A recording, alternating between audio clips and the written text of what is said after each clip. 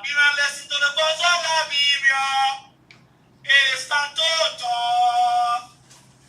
Bringing sense to the issue for better discussion. Sheku Sherry coming to talk. Sheku Sherry say, Labira listen to the voice of Liberia. It is time to talk. Bringing sense to the issue for better discussion. Sheku Sherry coming to talk.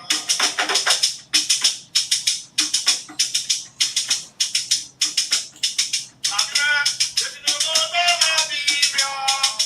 It is time to talk. Bringing sense to the issue for better discussion. Sheku Sherry coming to Sheku Sherry say, Labira listen to the voice of Liberia. It is time to talk. Bringing sense to the issue for better discussion. Sheku Sherry coming to talk.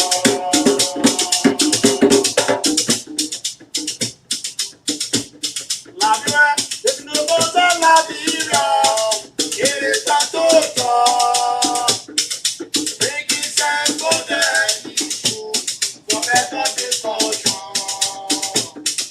Sheku Sherry coming to Sheku Sherry say, Labira listen to the voice of Liberia. It is time to talk. Bringing sense to the issue for better discussion. Sheku Sherry coming to talk. Labira, Sheku Sherry coming to talk. Indoctrine to information and education. Sheku Sherry coming to talk. Labira, Sheku Sherry coming to talk. Good information. Indoctrine and education. Sheku Sherry coming to Sheku Sherry say, Labira listen to the voice of Liberia. It is time to talk. Bringing sense to the issue for better discussion. Sheku Sherry coming to talk. From Monday to Friday, Labira. Sheku Sherry coming to talk. From Monday to Friday, Labira. Sheku Sherry coming to talk. From Monday to Friday, Labira. Sheku Sherry coming to talk. Sheku Sherry say, Labira listen to the voice of Liberia. It is time to talk. Bringing sense to the issue for better discussion. Sheku Sherry coming to Liberia. It is time to talk. Bringing sense to the issue for better discussion. Sheku Sherry coming to talk. Sheku Sherry say, Labira listen to the voice of Liberia. It is time to talk. Bringing sense to the issue for better discussion. Sheku Sherry coming to talk. Labira listen to the voice of Liberia. It is time to talk. Bringing sense to the issue for better discussion. Sheku Sherry coming to talk. Sheku Sherry say, Labira listen to the voice of Liberia. It is time to talk. Bringing sense to the issue for better discussion. Sheku Sherry coming to talk.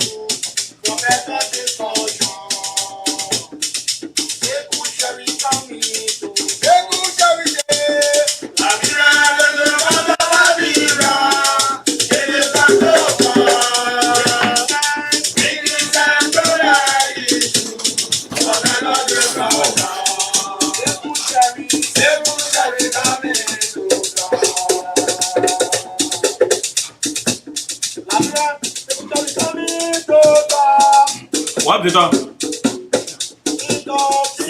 Ici. What Ebi? Who are they Ebi?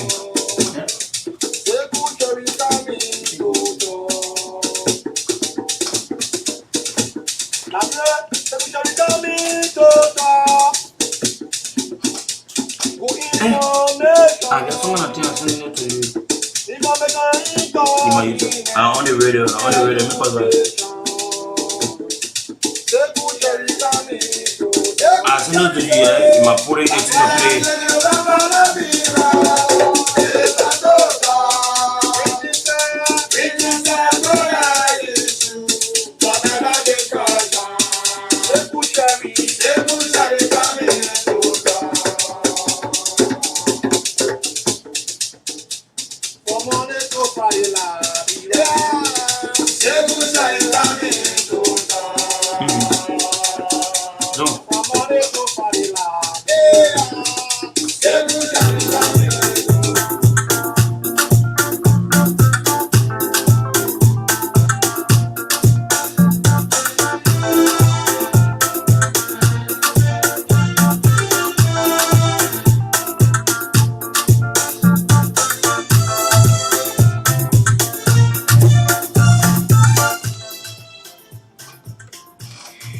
Good evening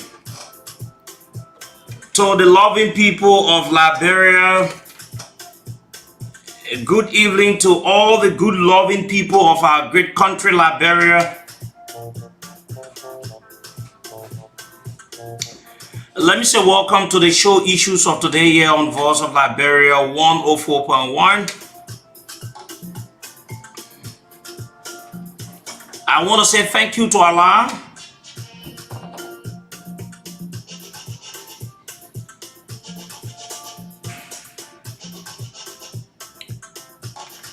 Thank you, Allah, for all you continue to do in our lives. The positive ones, even the ones at times we find difficulties, we want to say thank you to you. You've done nothing wrong. You've always done things in the interest of ourselves. So good evening, folks. Good evening to the great people of our great country, Liberia. It feels good to be back here today on the show, the People's Program, Issues of Today on Voice of Liberia. My name is Sekou. I'm Sekou Sharif.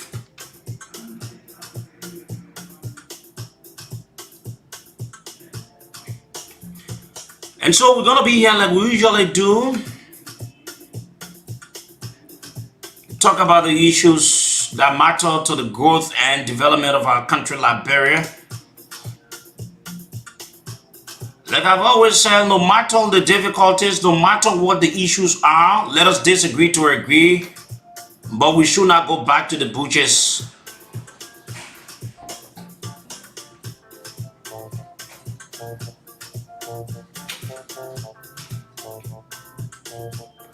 And so here we are again today.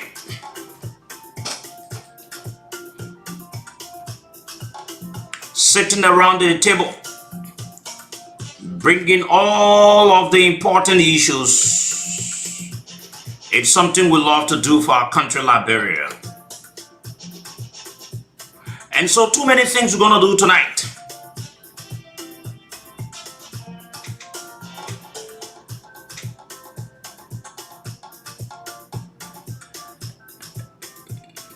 My name is Sekou Sharif. Let me say thank you very much, folks, for joining us. Let me just give you a lineup of some of the things we're going to be doing.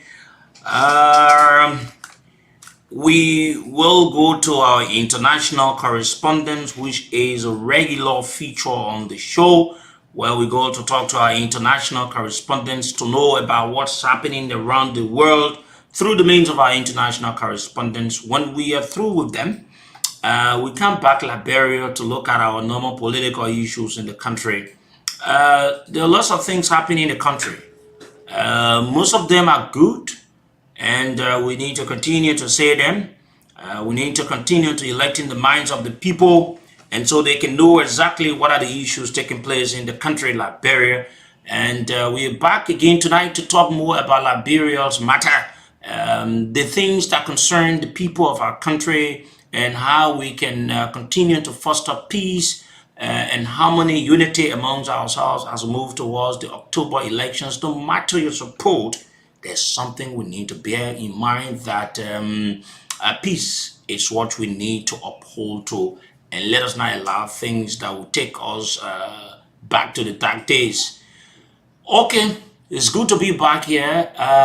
Inshallah, with the blessing of my parents, will be here tonight up to 9 o'clock. We're going to go to the international desk to talk to our international correspondents from around the world. When we are through, there are strange things happening, and it is not strange per se. It says to every one of us that when Liberians trust us, it is not because we are popular or we say things and people follow us.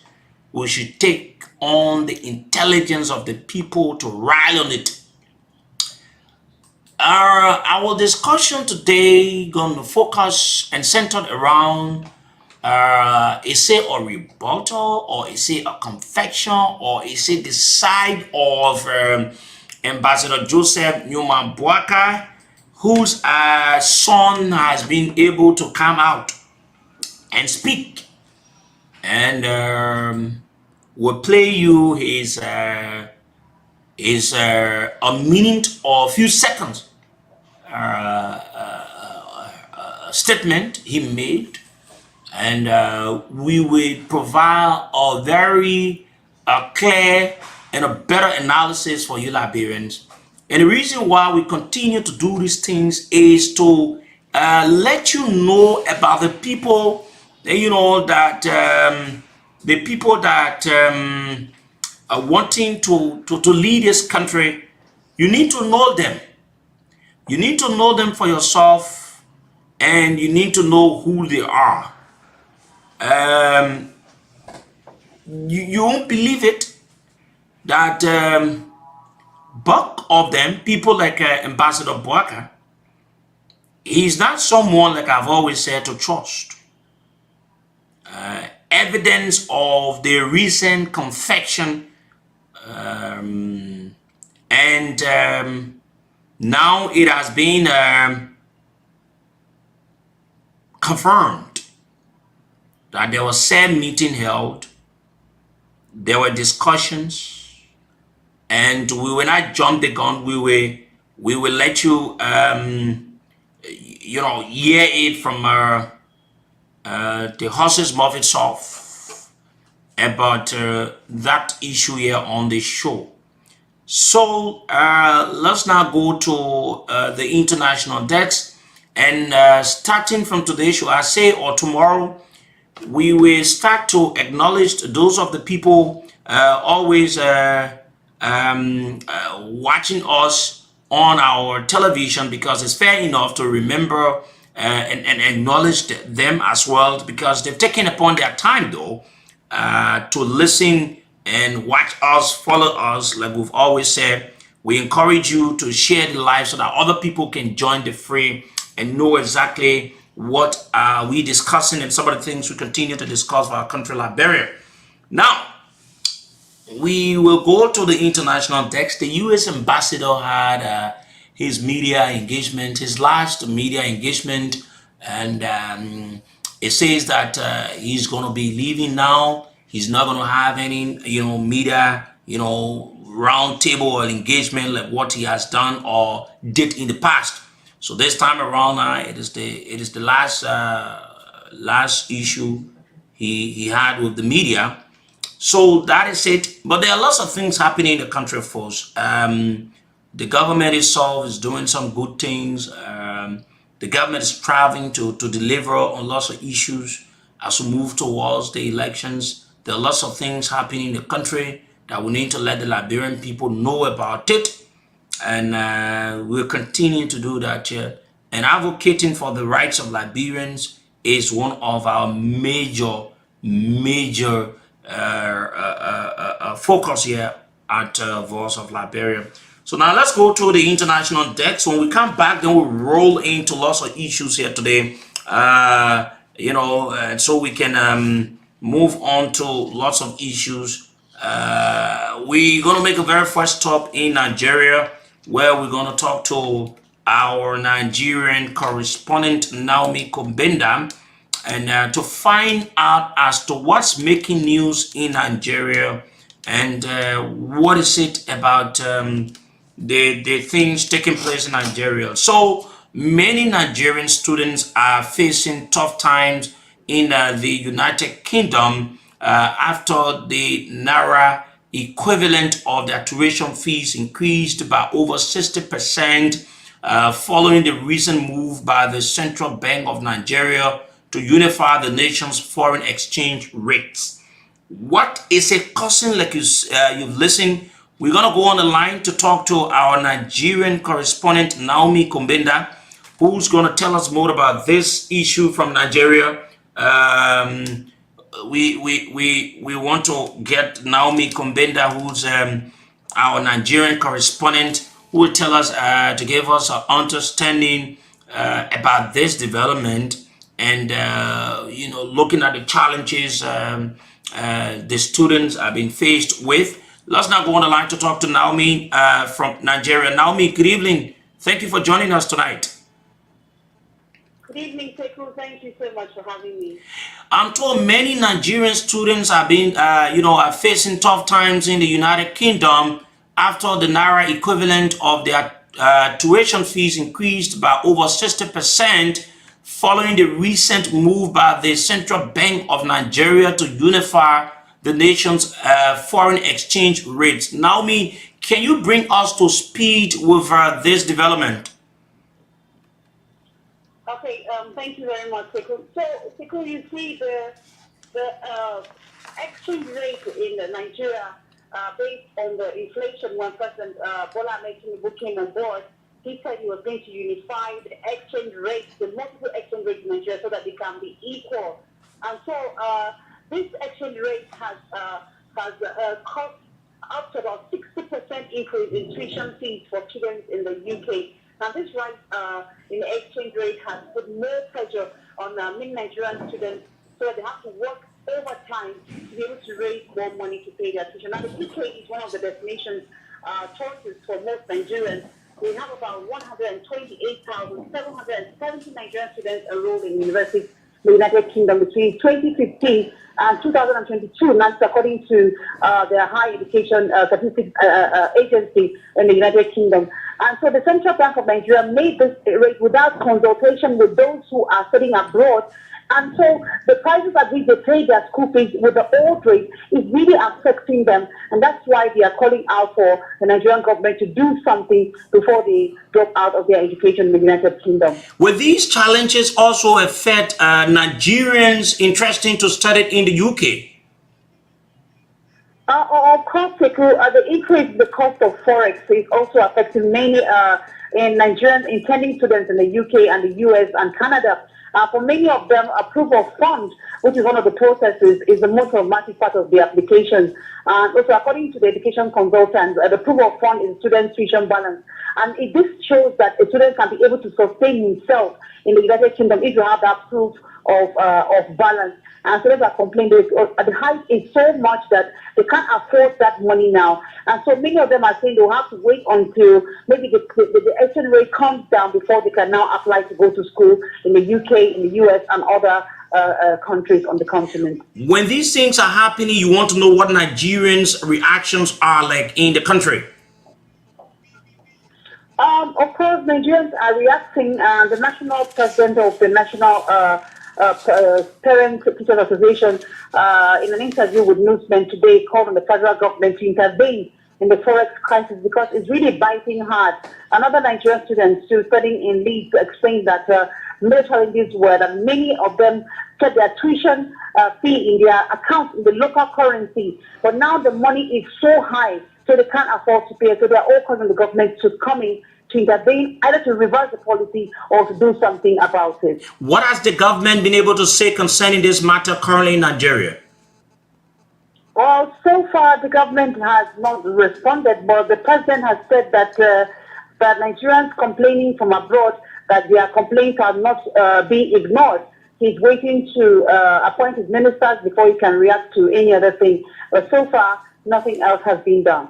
Naomi, thank you very much for joining us tonight on the show from Nigeria on the program Issues of Today on Voice of Liberia 104.1. We go to Nigeria to talk to our Nigerian correspondent Jonas Biarubi. There's this a leaked audio. It says that there has been this, separate reactions from security experts in Ghana over a leaked audio involving top police officers plotting the removal of the Inspector General of Police. And I'm also told that they are also, they were heard discussing as to how to rig elections in the upcoming 2024 elections in that country. On the line is Jonas Biarubi. He joins us on the program from Ghana. Jonas, good evening and thank you tonight for joining us on the show. Good evening, Sheku, and thank you for having me. Jonas, what exactly is this leaked audio about to the extent of becoming a national concern in Ghana? Well, so this audio we're talking about was recorded by some top police officials. And when I mention the top officials, they are actually those in the realm of affairs of the police administration. And they were caught on tape actually having some discussions with some members of the current party that is ruling the country. And their discussions were centered on how they could plot to remove the IGP. I'm talking about the police IGP. And now the concern other people are raising, especially the security aspect, is that police administration, the officials, the top officers, to go and have a discussion and planning on how to remove the Inspector General, who is the overall boss of the police administration. That is something that people need to take into consideration very seriously, especially so because they are planning, and the comments that were captured on the tape is that the president should try to sack the current IGP so that if they appoint one of them to be the IGP before next year, which is 2024, that the country will be going to the polls for the general election, then this current administration will be able to retain power. But if they leave this current IGP, then this current administration, which is the New Patriotic Party, will never win power in 2024 because they feel like the IGP will not control to what the party people will want him to do, and they would want to use their voice when they are in front of affairs to cause some kind of destabilization and to manipulate the election in their favor. So people think that Jonas, what has been the reaction from the government and that of the RGP himself? So the Minister for Interior, who's responsible for all the internal security, has actually commented on it, but it's just a standing talk that he made. And what he didn't make any serious comment on it. All he could say was that they should throw it into the dustbin, and it was not something that they should focus their attention on, that the IGP will never be changed. But people feel like that comment is not enough. He should have been content and immediately interdict those police officers that were involved in this so that investigations will commence. But for the IGP himself, he's still very silent and has not said anything as stakeholders and security experts continue to scrutinize the man. Give us a general view, Jonah, of how politics play a role in Ghana's security system. So, one of it is what has just happened.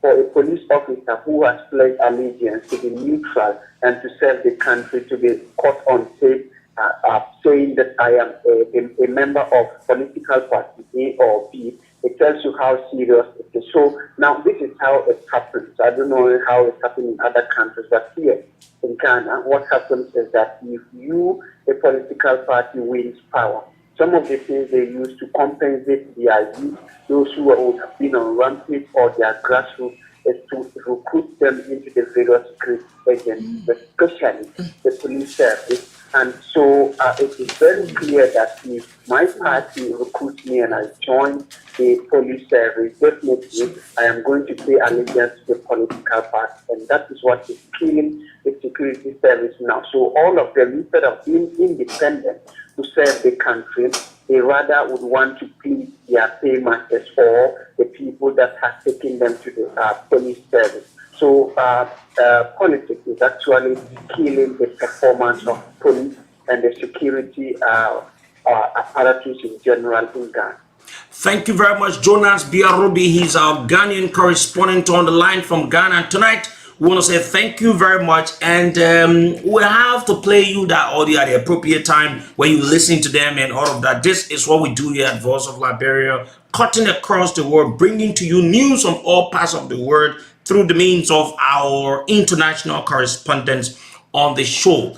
We're gonna have our guest at 7 o'clock. He's a Liberian that has lived out of this country for a couple of years, and he has had lots of experience when it comes to international living standard and what have you, and he had some important information to share with the Liberian people. I can remember when we had a discussion and I was asking him some of the questions and some of the things you were saying, and I was like, okay, so he's gonna be here shortly at 7 o'clock, and he's already in our studios as we try to do touch on most of the things. And his name is Wilmont D-Trump, right? D-Trump. He's gonna be our guest. He will tell you about himself. He will give you all the necessary information you need to know about him and all of that here tonight on the show. And there are lots of things he wants to talk about. He feels that there's a plot, right? And there are lots of things happening. People think that they could set this quote unquote issues against the current government, but he will tell us more about that because he has more understanding about it, and he's going to be here, and that discussion will take us for an hour, and we'll look at much more other issues, the experience from out, where he's currently residing, what he's involved with, and what is it he has to offer the Liberian people. And at 8 o'clock, after his appearance, we'll take a break.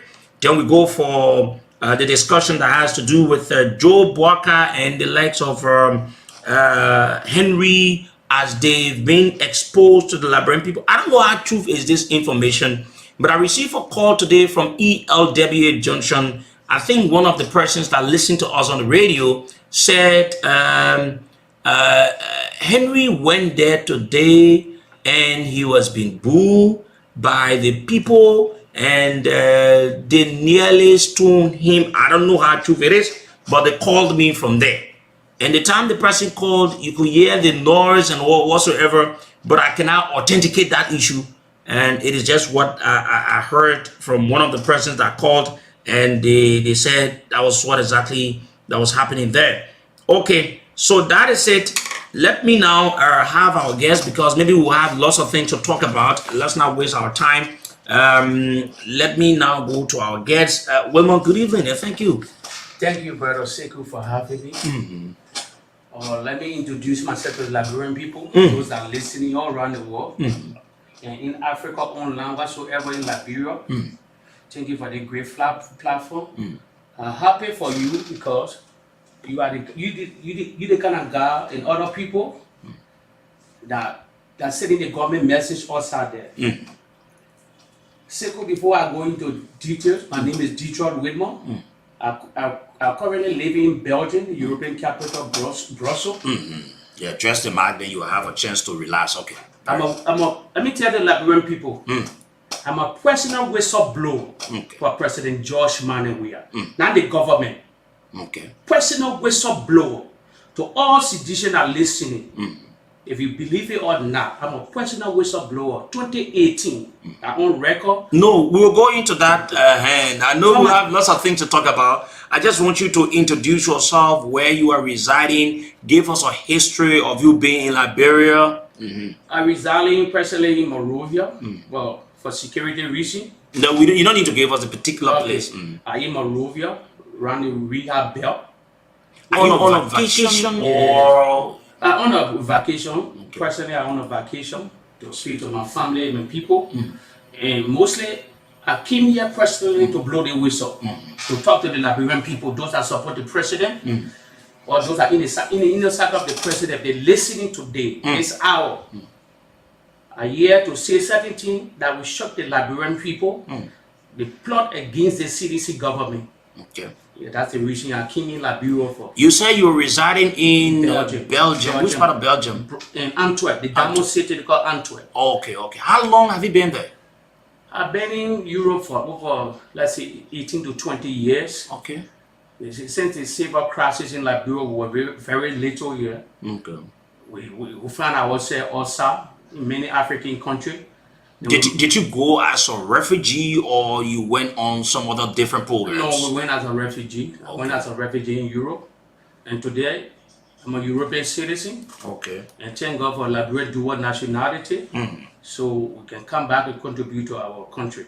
I think that is one of the things that most of you are up there will love this government for, because it is under this government where you have dual citizenship in past. And I think you people really, what have you to say about that issue, first of all?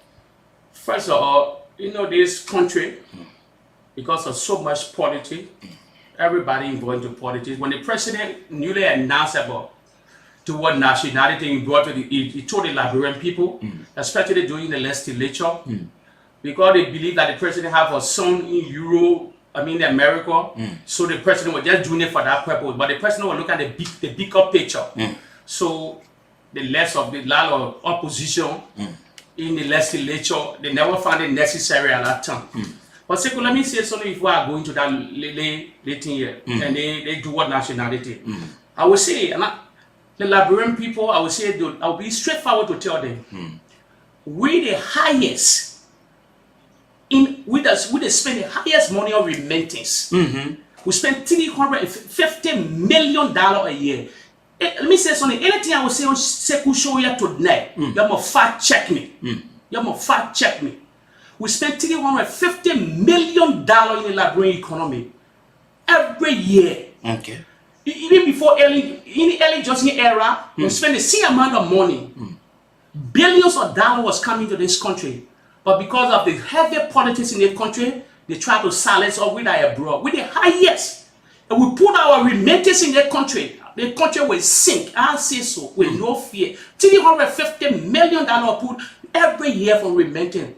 But the legislature, was because of politics, they try to play on it. But I'm very happy that choose some other top legislature, this representative senator, they pass the dual nationality, and believe me, it will grow this country. So I'm happy for that. Before we go to our main discussion, which this issue about dual citizenship is also very important. It is under this government, particularly President Weah, that the issue about dual citizenship has been passed. So it means you have a president that cares about the people even out of the country, because he knows that everyone will want to see greener pasture at certain time in your life, which it should not deprive you of not being citizen of your country.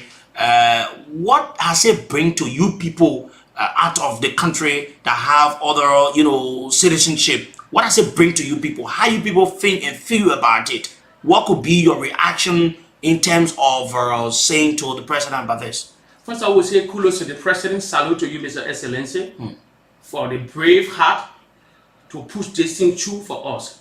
It brought a lot of relief to us. Like we are now willing to come back to that country to contribute. To contribute in every aspect. We're ready to contribute, ready to come here to invest our money. So kudos to the president, though, especially to the president, because he was a brain beyond. Nobody should take credit for that thing. We should take the credit to the president, because he was a brave president. since 1847 to pass it to push the dual nationality. So today, all Liberians all around the world, America, Europe, Australia, we are very grateful to the president.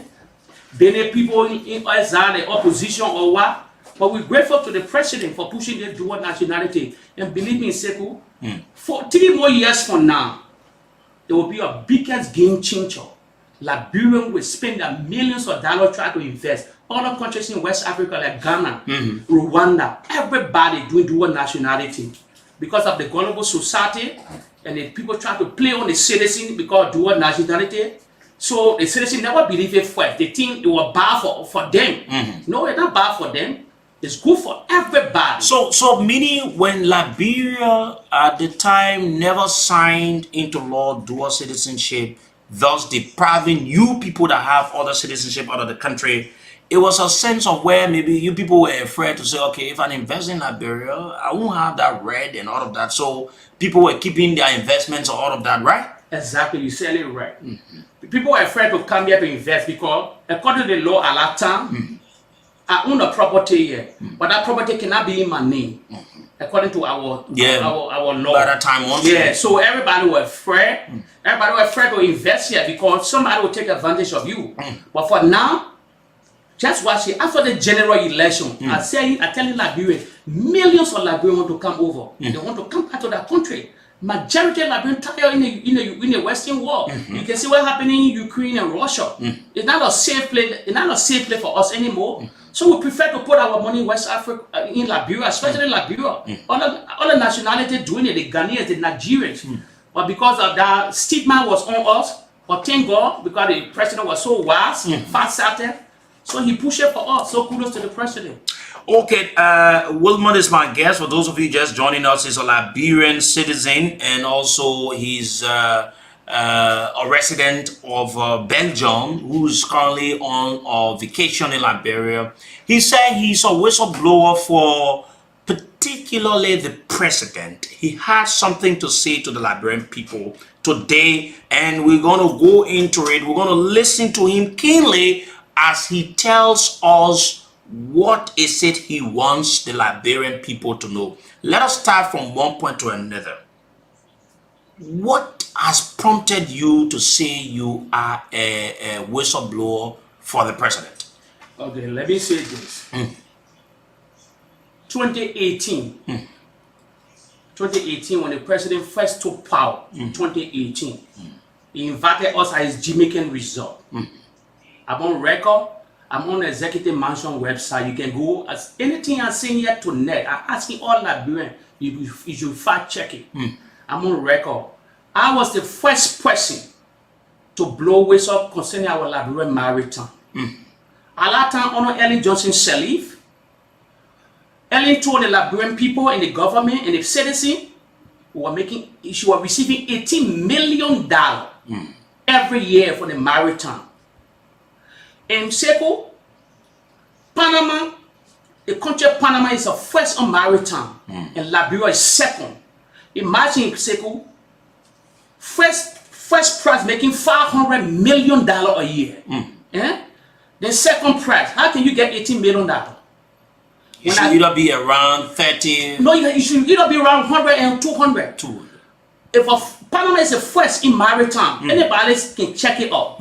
Liberia second. When Panama making $500 million per year, then how can Liberia make $80 million?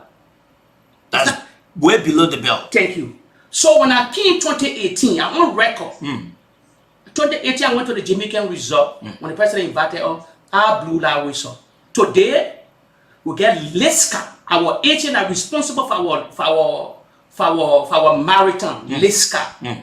Today they have a headquarters here because of me. But one thing I will say to you, Sekou, nobody in the CDC government tell me thank you. I put my left on the line because I'm a whistleblower. A lot of friends were afraid of me. The government were after it. At that time, Nathaniel Magay was the Minister of State for Presidential Affairs. Bill Trare, Samuel Twe, all of them were sitting at the Jamaican resort. I blew the president. Now the president called me. The president called me the bomb. If any sedition listening, the Kalasco, whosoever listening, I know the president personally.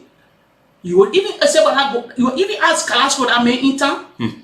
He called that the name he gave me the bomb. I'm a whistleblower for the president, especially for the president, because I want for my president, I want for the government to win, for us to develop this country. So this is a reason I come for the second time. I get 3 whistles to blow. So the first one you blew in 2018, and you said Maritime, you know, by that time was making around 18 million according to you, when the then president said, even though Liberia is the second largest in terms of maritime and whatsoever, according to you, in all fairness, we should not be making that amount of money. And that issue, the government went after it. Now you see a lot of changes in maritime. Yeah, a lot of changes.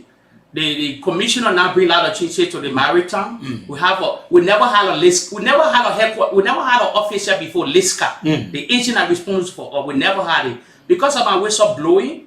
And the government pushed into the wall. We have a LISCA headquarters here because of me. Okay. Because I told the president at that time, this is what's going on. This is when they war after it, Natana Mage, whosoever, they war after it at that time. And today we get LISCA headquarters. So I already contributed to my country. I already told the government this and that, and today we are benefiting better than the past government. Go to the next one. Okay, that is the main whistle I like to blow. Seku, you don't see the opposition all the time. They say the government will cheat the election. It's a lie. They having that plan. I'm not afraid of nobody. I'm a European. I'm a Liberian first. I'm a European second. Mr. President, those that are listening, hurricane the CDC. Let me inform you now. Let me inform you. You have to be very careful. It's a plan to hijack the election. By whom? By a lot of hackers. Listen, they got an Israeli friend. Anything I'm saying, people must check them. Okay. They call it Hoye. Hoye. How do you spell? Jorghe. Jorghe. But or in cap or yeah, in small letter? that. They call it Tim Hoye. Okay. In Spanish, they can say Hoye. Okay. It's a former Israeli security, top security. He been interfering in 30 different elections around the world. Okay. 30 different elections. They've been meddling in 30 different elections. That's the plan of the opposition. So this name is it a firm or is an individual? That's a team name. Okay. It's a cyber. Okay. It's a group of cyber hacker. They want to hack the general election in Liberia because we're using biometric. Okay. So every data through the NEC, the National Election Commission. I'm telling the commissioner whosoever and they want to buy my story is their business.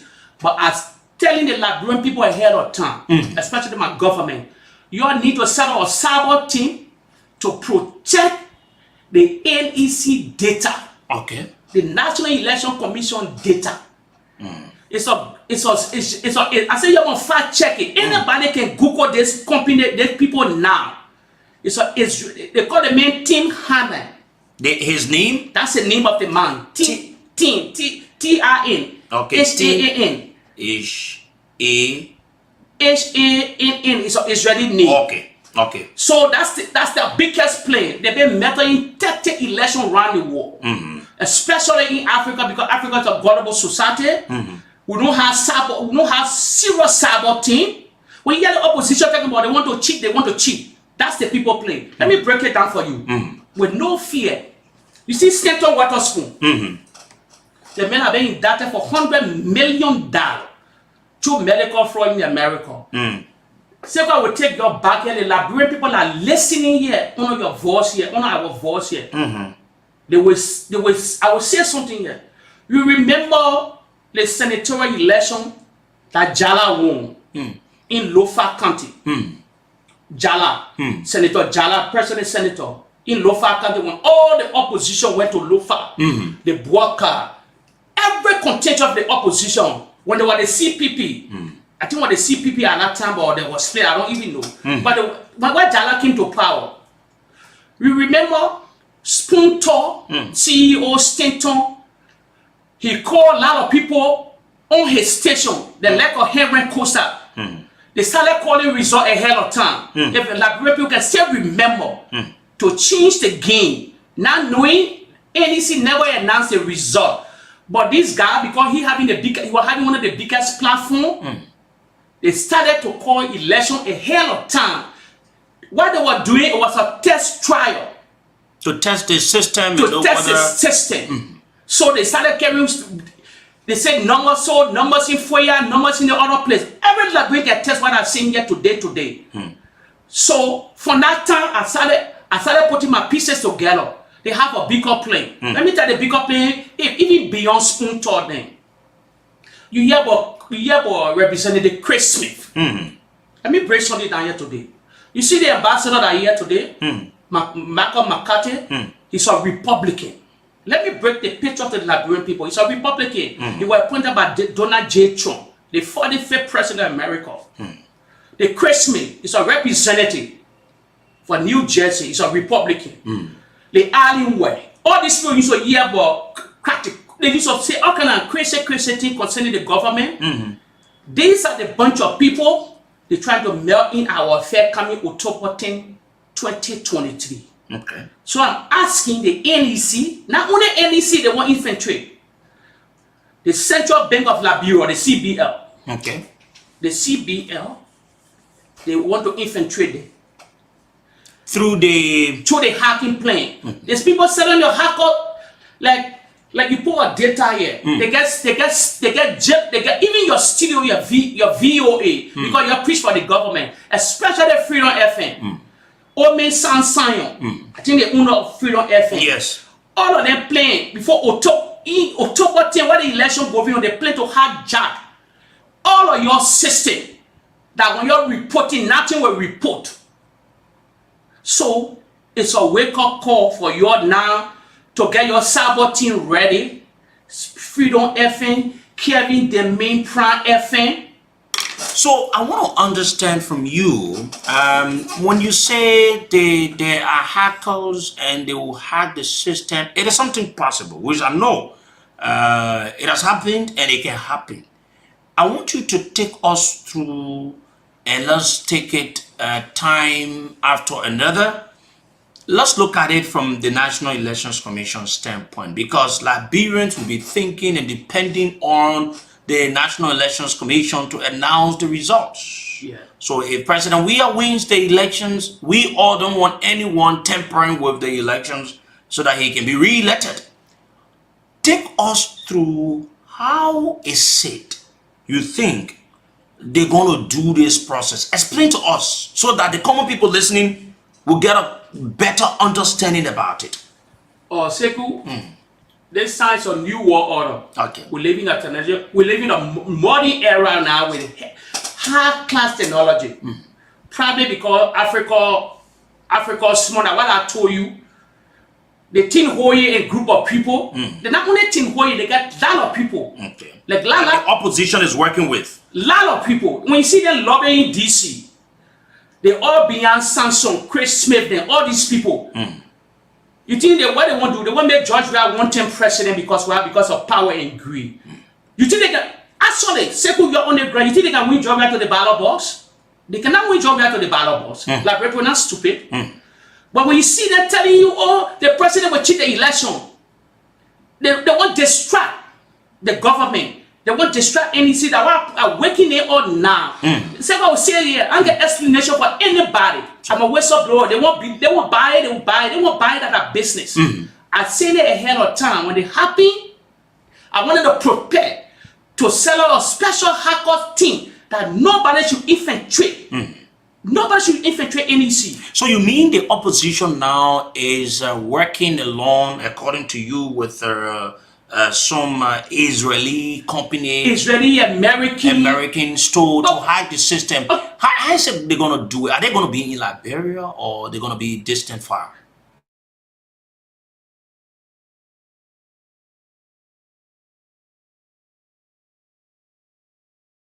Easy. We have it bad net trade now. Everything is being data there. Easy. As you voting, they can transfer the vote to another person. But you have the American election. When we say Russia meddling in the American election, big country like America. Then you say baby Liberia, where we don't have cyber team. So the government will spend millions of dollars right now, go into any cover to bring cyber specialists here to protect election here. For peaceful election to save this nation. Because second, when we were growing in this country, the same lie you see on Georgia today were propelled here. But the group of so-called elite, the so-called progressive. The lie in this country was there until we fought that ugly civil war. We don't want to go back to that dark days. So to save this country, the government need to spend money to protect the election.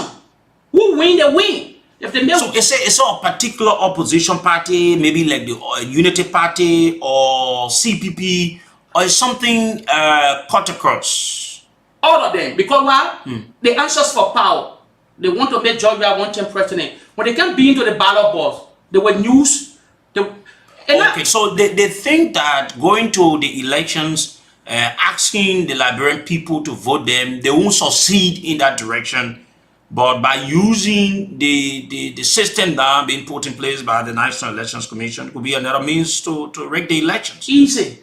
Let me say something. I say anything I'm saying here tonight, people will fact check me. They can fact check the Israeli company where I call. They can go there. Everybody get Google in their hand. I say drive it in a car right now. They can Google it. Listen, they tried it in Kenya recently. Okay. When the Kenya new president, they just ended the election. Yeah, they tried it in Nairobi. But because the same thing, because the blowaways are there, so they protected that thing. So I'm asking the NEC commissioner here to do anything possible to protect our election, to save this nation. Who win, they win. Who win peacefully, fairly, they win. But you coming to hijack our system through cyber means, because we don't have cyber intelligence and cyber hackers. It's a big game, it's a big plan. It's a big plan. So I'm telling the government to protect the NEC. To protect. And more follow more. A lot of disinformation. If I were the government, if I were part of the government, I would tell them they should block Facebook during the election time. It happened in Uganda. I think it also happened in Nigeria when you have most especially the election process. I think they will need to seize most of the space and have these things. I think it's important to what you say. Yeah, because Seko, let me tell you something. This is a gullible nation. Anybody here cry, they put millions, they put thousands of people on the street. This is a gullible society. And we don't want to go back to that dark day. Well, for me, that's speaking here, we saw that dark days before. The next generation never saw that dark day. They watch it on YouTube, they see on all the things then. So I want us to protect that. Well, even during the election, because they'll get a lot of disinformation, people on social media calling results to bring terrible outcome here into this country, to bring the country to another stage. So if I were part of the government or whosoever, Facebook will be black. All African countries that have an election, they black the social media. Only NEC allowed to announce result ahead of time. Now bunch of people sitting in computer room, you got in result ahead of time. They did it. I tell you something, they did it in Jala days. Bunch of people in Ghana, they park that say in computer room, they get people, they call it result, they on Facebook. So you think when the system, or you have in general internet is on, it will have a serious interference in the process? No. Only if you can block social media. Okay. The radio station that would be that No, not the radio station, but having the internet space open. When it be open, I think they should block you on the ANC make that decision. Like if they were announcing, if the election October 10, if they do the counting 2 days, then nobody will spread disinformation, lies, and propaganda to get state power. Then only the NEC will be able to announce it. Okay. And the radio station that monitoring all these things. Now, why even informing you here, even that you brought me your station here, you should sell out your team too. That tomorrow when the election time, you cannot even believe all your corresponding all over the various counties and whatsoever. You cannot even They cannot even send a message to the headquarters yet. When they counting votes and things, they because your people that are backing at the VOA, the Freedom FM, all these people that talk for the president, the government, they go hack you too.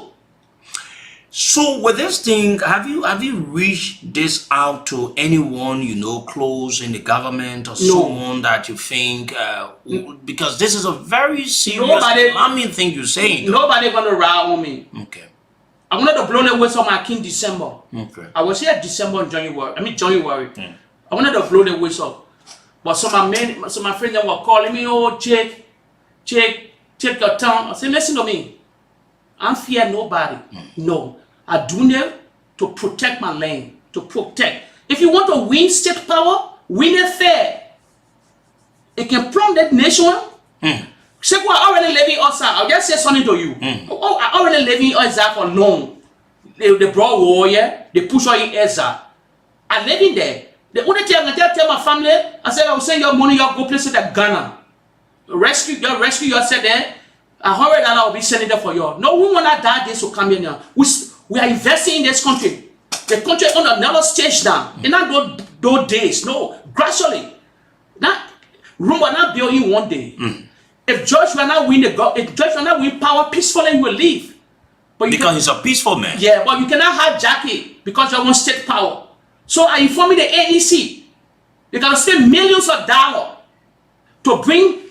I can even get a friend in Europe that will come here and work here and protect the whole system.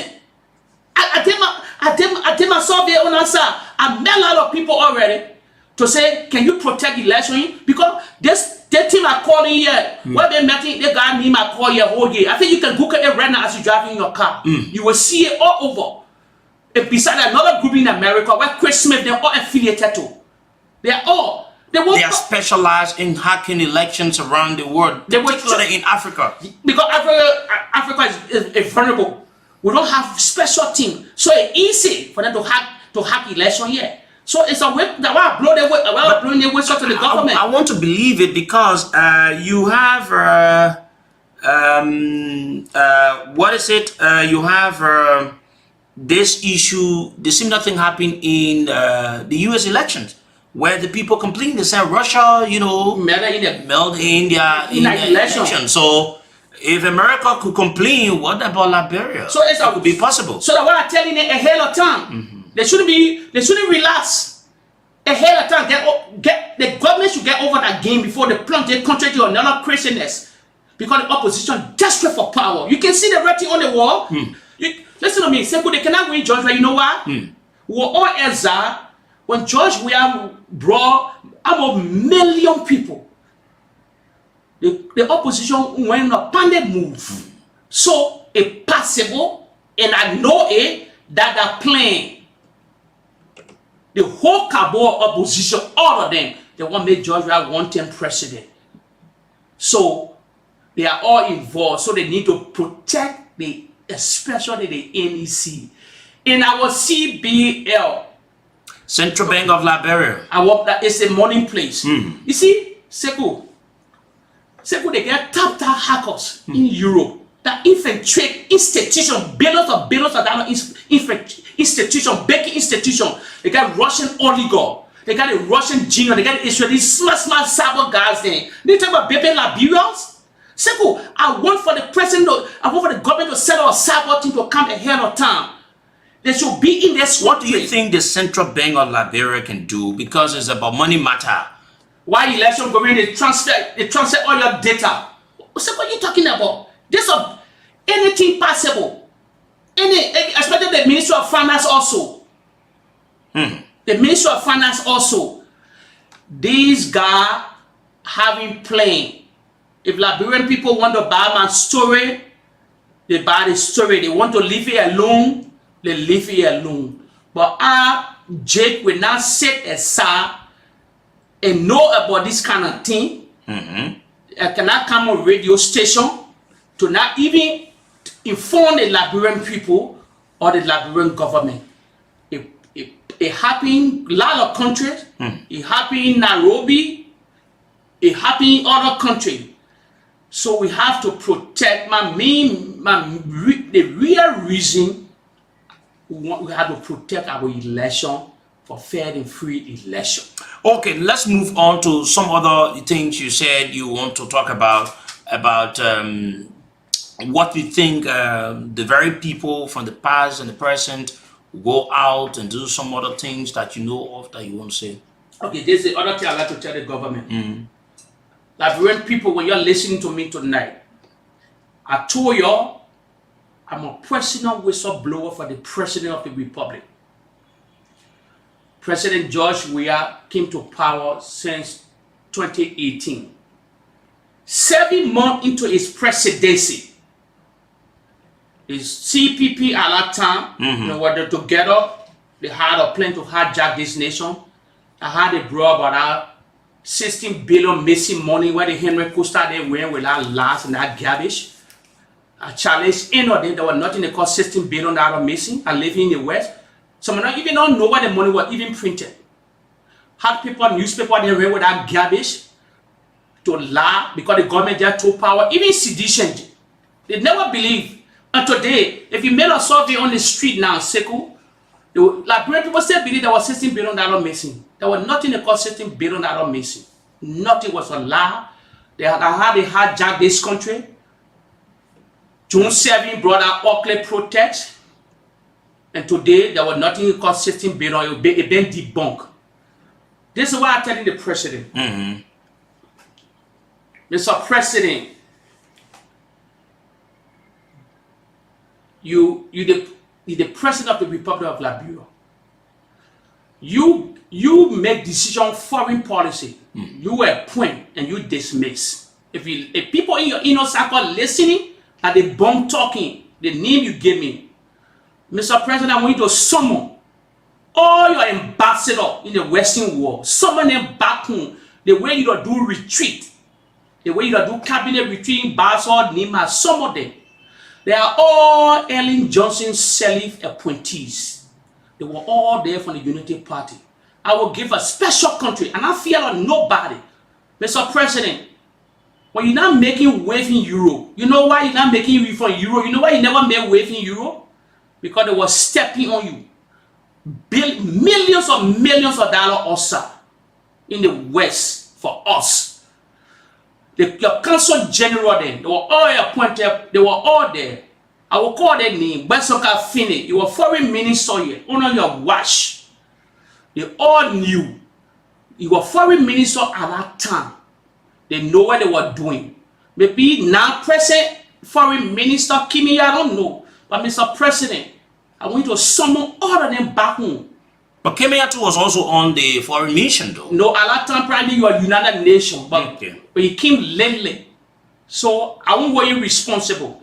So Mr. President, if people that are listening that like you, some of them ask them questions because they're taking taxpayer money. All the years, what they've been doing, what kind of contribution, what kind of investor, what kind of investment they brought to the nation.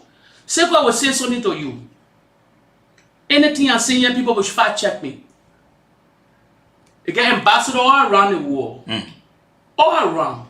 They get Europe, they get African ambassador all in Europe. These guys they're taking 3D to that nation capital.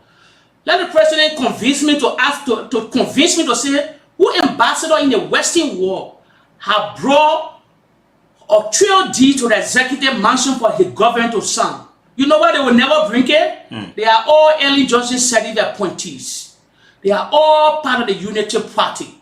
So you kept them there. That's the biggest mistake the president made. With no fear. He compromised these places. I will call a nation, Mr. President, call him from Saudi Arabia. We have serious relationship with Saudi Arabia. Serious. The present prince, he led the president. But why we not? Sekou ask question. Why we not making? Why the government not making wave in Europe and the president from Europe? Because you know what? Majority of them, they step on in their agenda. Put people in your places, interrupt government places that will seek the agenda of this country, that will push the president forward. So if I tell the president there's someone there, Ask them questions. Say the 6 to 7 years you been there, or 7 to 8 years you been there. Why you did for the Liberian people, you taking taxpayer money? But I think for Europe, you have one of the ambassadors there that even everyone in the government or somewhere else will say he's really striving. He might not be to his best, but Ambassador Aseyenibo is doing extremely well. There are a lot of things EU and all of that. No, I'm not talking about Aseyenibo. He's doing well. Yes, very well. Okay. Aseyenibo doing well. We all know that. Okay. But we're talking about other places. Okay. Where Liberia having embassy, other places all around the world. I'm talking about Africa, the places we can make millions of dollars, the places like Saudi Arabia, all these places. Where we get these people there? Other African ambassadors. Should we be blamed on maybe the foreign minister doesn't have what it takes to have the rightful people in the positions? Because it's not the president that sent the ambassadors, though. It is the Ministry of Foreign Affairs that are responsible, particularly the minister. Who appoint these ambassadors? It's the president of the Republic of Liberia. After confirmation? No, what happens in this case, they've been recommended by the Ministry of Foreign Affairs, meaning the minister. Yeah, but the president got a right to sack them. Most of the ambassadors, they work directly with the foreign minister. Yeah, then someone came here to the executive mansion and asked Kimia. He said, "But many years now, nobody making wave, nothing coming to my country, and we're spending millions of dollars for taxpayer money to these guys. So, what's going on? The president need to ask that kind of question." But let me say something. Let me say something here.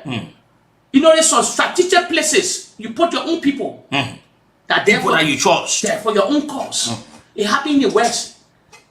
It happened in the West. We've been having a lot of elections. You think, for example, Macron, the German chancellor, other than I know the president. You think they will put somebody in strategic position? No, they put people from the party. You can put other ministers in other places. Yeah, you say you want government inclusion? Yes. But say, I'll be honest here, there's nothing about government inclusion. There's nothing about the one nobody called government inclusion. When you went to various ministries and entities from all different parties, that's the inclusion. But your strategic error, you compromise in that place, you compromise in it because they will not work for your interest, because they want to come to power because they're supporting another people. So I don't believe in that thing they call government inclusion. No, I don't believe in that. I don't believe in that. I'm from the West, German chancellor. Okay, I follow a lot of people. I follow a lot of great European president whatsoever. When they come, okay, example, Sekou, when the government lost the election, you think any of them were working government? If CDC lost the election coming 2023, none of them were working government. None of them. All of them, they will change all of them. Even diplomatic mission. So you put government, you put people in strategic area that will follow your agenda for the sake of this country, for us to build this country. Millions of dollars setting us up. But the government just need to have the ego to have to find the money. Some of these people ask their question. So God will say something here. They got council general, a lot of council general, but they representing Liberia. You know what these guys? They are all multi-millionaire. They're having their own company. Multi-million. I will call 1 year for the sake of this show. They're in Spain. The person in Spain. What's his name? I don't want to call his name. Okay. I live in Europe, but in Spain. If the foreign minister, if they really won't believe what I'm saying, he's a council general. He's a multi-millionaire. He have companies. He flying our passport. Why he cannot come? Why the government cannot bring him here to contribute? He not paying the kind of taxes he sort of pay to Europe. So it means that the way in which they should be, seeking out, looking out for some other opportunities, some other issues for the government. That's why you get your ambassador and your consul general there to bring a lot of investors to our country, to invest in our country. Why they taking taxpayer money? Why you get immunity? He probably get diplomatic passport. He not paying the kind of taxes not paid to the Spanish government.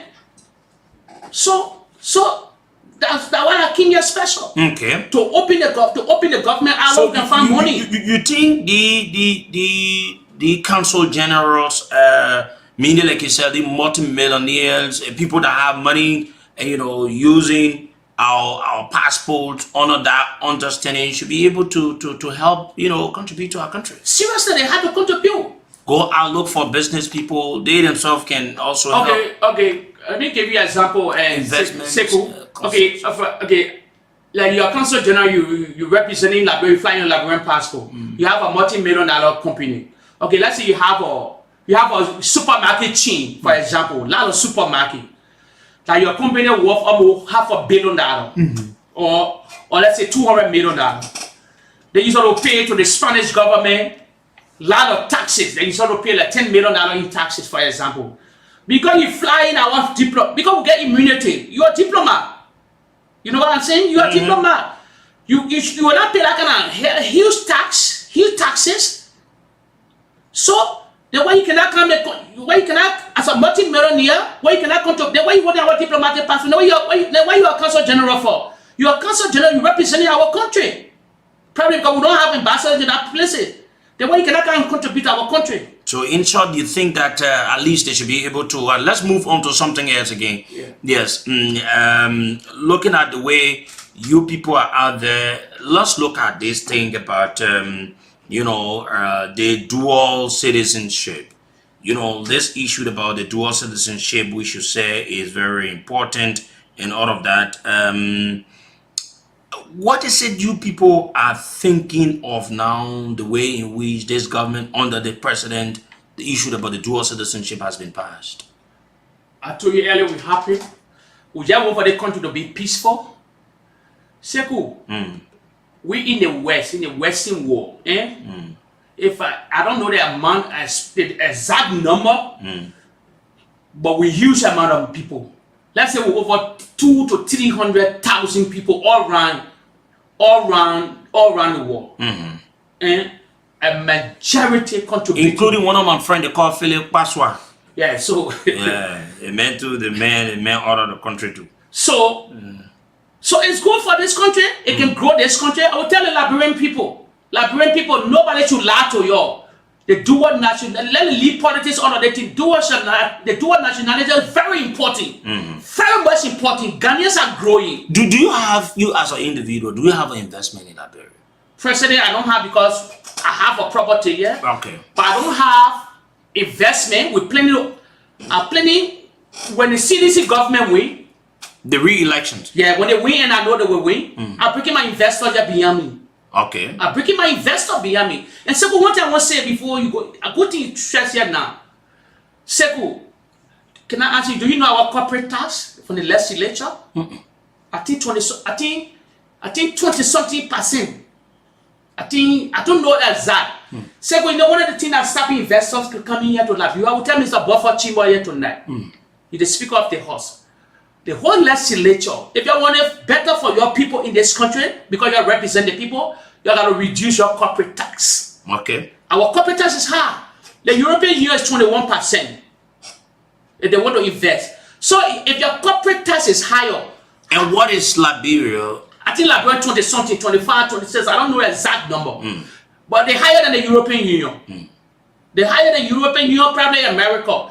So if you reduce, if the legislature go to a session, if they love that citizen, they want to reduce the corporate tax. To say, let's make the corporate tax 18 for the sake of Liberian. Then investor will gamble their money to come and invest in this country.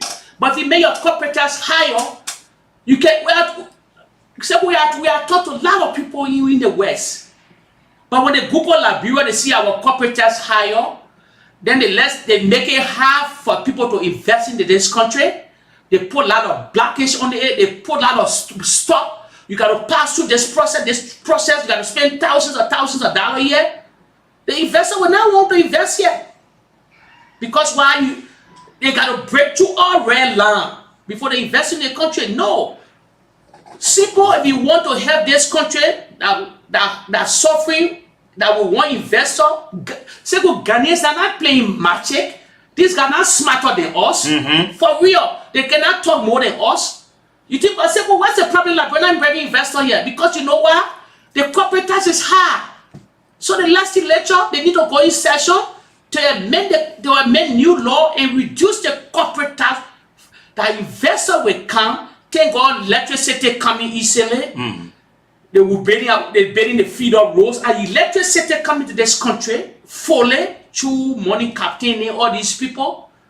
Investors will come to this country and they reduce the corporate tax. Liberia capable of bringing, imagine Liberia investing into this country, bringing thousands of dollars to invest in. They can convince somebody to come. Ghanaians doing it, Nigerians doing it, Senegalese doing it, other nations doing it in the West in Europe. They come in, they bring investors into that country. These guys are playing magic. So we can bring people here too, but they need to reduce the corporate tax. That's all that matters here. Okay, so what have you to say to people that will come and say President Weah has not done well, and you think as a staunch supporter of the president, he has done more? What do you say to people of such? Sekou, we saw this. Sekou, those that are listening, we saw this car play before. At that time, there was no social media. They see politics on the late Samuel Do. He was a dictator. He died. They plunged the country into that war because another George were in power now. Early in the Boga were here 12 years. They have FDR, foreign direct investment, $5 billion. Anything I'm saying here on your channel, anyone fact check me. We're spending $350 million on remittance alone. United Nations on the ground spending $150 million according to numbers. They have $500 million in the economy. United Nations spending $150 million. Remittance $350 million. She have $500 million a year. Show money for 12 good years. You can name a project on 5 fingers. That the opposition, that the Liberian propagandists on the machinery that set down one place, man. You can see the tangible on the ground. You know, what did they on social media lying? We can see it. You 176 years old Liberian people that George that cause your trouble? 176. George that King Power says, yeah. Why they never build this country? The so-called elites. Why they never build this nation? Bunch of liars, proper. Sekou, you know what I'm saying now? We are here now. We the native children are here now. Sekou, I found the slum of Ghana'sville. Sekou, I found that slum. We never eat breakfast. They see people today we see. I still know that name. I'm from Moreover College here. At the school, my father was a plumber, put me to school at that time. Sekou, we saw the car playing before. Now we see, you know what the car was? You know what we see in the West? Because there's a social media now. At that time, there was no social media. Because social media now, we see them playing now. They see, who said they can change this country? They cannot change this country. Why they never changed it before? Earlier one year, she had billions of dollars. She had all the top people that are working for her. She had people here, billions of dollars was spent here. You can name a project on 5 fingers here. So what they can tell us here? They can't tell nobody nothing here. We just want to keep the peace of the nation. The country on a different path now. Our today better than our yesterday. So they will go to the ballot box. The Liberian people make that decision. But they come here with propaganda lies. Look at the other lies. Sekou, you heard about the lie? Oh, the president was arrested to the CIA. Garbage. Joe, we're not the first all Liberian people that sorry to say, but Liberian people don't read. Joe, we're not the first president, he's not the first West African president, even facing the CIA. They want to know why Joe out. They call the place CIA, Central Intelligence Agency. How can the president tell you where you go there for? You will never hear that information. Never ever. Or they arrested the president. That garbage. People, they all ran. Let me tell you something I will say here. Mr. President, you know what Stanton wants to know when you go to jail? I will say here tonight.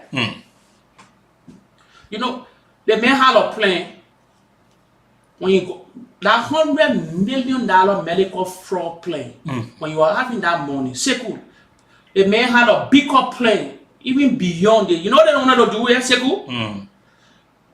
If you're not in data, you want to buy all the radio stations in this country, buy the top journalists here and control the narrative. That was Stanton Waterspoon plan. Fast, yeah, you cannot challenge me. He cannot challenge me. I know him long time before. I know him doing a YouTube day. A YouTube day. Anybody here? YouTube? Yeah, YouTube. He used to be on YouTube. Okay. Yeah, almost. I think he never established this. Never established this thing yet. You know what brought you in the name, la? They call you Ashford Garlic. You can never debunk it. They've been serving and they know all this story. I used to follow him. He had hatred for the president from day one. He couldn't stand George Weah. So when you got that medical money, you know, just a gullible society, nobody investigated him. How he started buying radio station here. He wanted to buy a lot of radio station here. Then he bought the tap generator, then he controlled the narrative. I was saying here, he was working in connection with Ronnie C.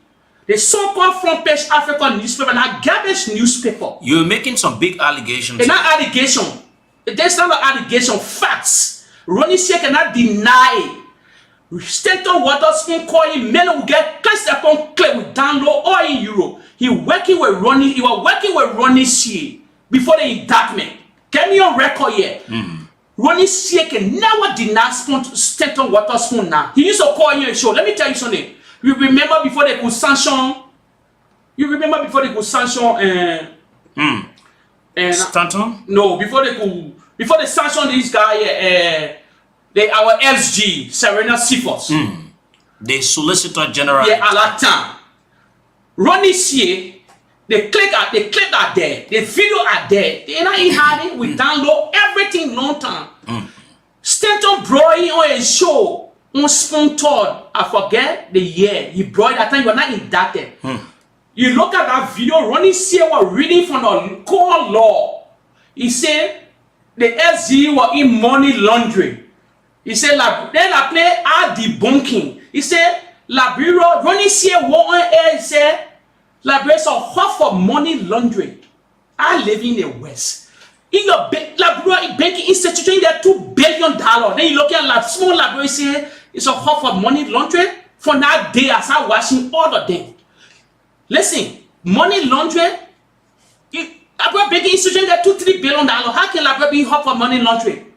Money laundering country like places like London, where the Qatar billion near the Russian oligarch, they keep like billions of dollars. But you look at small country there, like Liberia, say that half for money laundering from that time. I start believing in Ronnie C. I would say you want hairline pull in this country here again. Faster there. The newspaper not credible. Second will say something here tonight. The press union of their country in this country, the PUL, they need to send out a fact checker team. That when you report last, they debunk you. We don't have a fact checker team here. Ronnie C had a newspaper, he ran with one story here. I still get that story. He said, at that time, Magay was presidential affairs minister. He said, Magay want to deface the vice president, or the hairline he carried. Magay want to deface the vice president, meaning that Magay will be the head. They will move to our Taylor, then they put Magay. He carried that story. And why Magay today? It was not factual. It was just a male propaganda. A credible newspaper that thousands of millions of Liberians buy, they listening to you. Then you carry that kind of headline. Not facts. So the press union of this country, to protect the peace of this nation, they need to set up a fact checker team. A fact that every headline that will come outside, they will fact check it before it come that morning, then they can debunk that lies. It happening in other countries then today. So that why I said he was working in collaboration with Stanton Waterspoon. They wanted to hijack this. They know about all the newspaper. Okay, second you know and I know. You know the media industry worldwide is $1 billion industry. It's a they control the narrative. They can push the narrative that people change government. So imagine they're going to buy more than 5, they're going to buy like 10 radio stations in this country. He buy all the time, he buy you, for example, he buy ABO, you buy Kevin. Yeah, but you know that is not possible. Yeah, because you always say no. But at that time, you never knew you had that fraud behind him. You were making waves. He even went to Kalando to buy, he even went to Musa Benedict and Kalando, all these people. You can call Musa Red now. You can call Musa will answer that question. Musa not part of the government, but Musa will attest to it. He wanted to buy all the radio station, television to control the narrative. So anything they prepare us out there, the Liberian people believe them. So you remember I will say again, on a show, he said, I will do anything possible to make George a one-term president.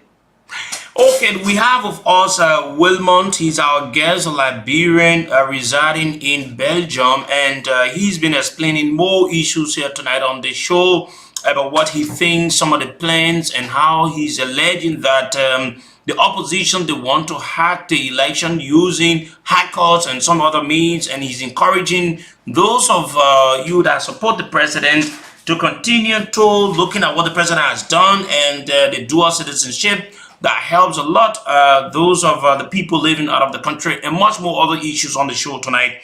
Let me go to you said we're not taking calls. I'm not taking okay, so go. So okay. Sorry, Liberian people are not taking call from nobody. I'm a whistleblower. So yeah, so we left with a few more meetings to go, and as she continued to talk about all the things she continued to talk about. No, we're not taking calls. So this is what he requested, and we need to respect him. He said when he appeared, he doesn't want to allow people to call because he feels that he's a whistleblower. And so we left with roughly 6 to 7 more meetings. And looking at the way things are happening in the opposition because you support the government, what do you make of particularly Unity Party political leader? First, I would say, no disrespect to the vice president. He served our country for many years. If the Liberian people would make that decision to put in power, but I know they were here for 12 years, nothing changed. And with the age he reached now, nothing can ever change.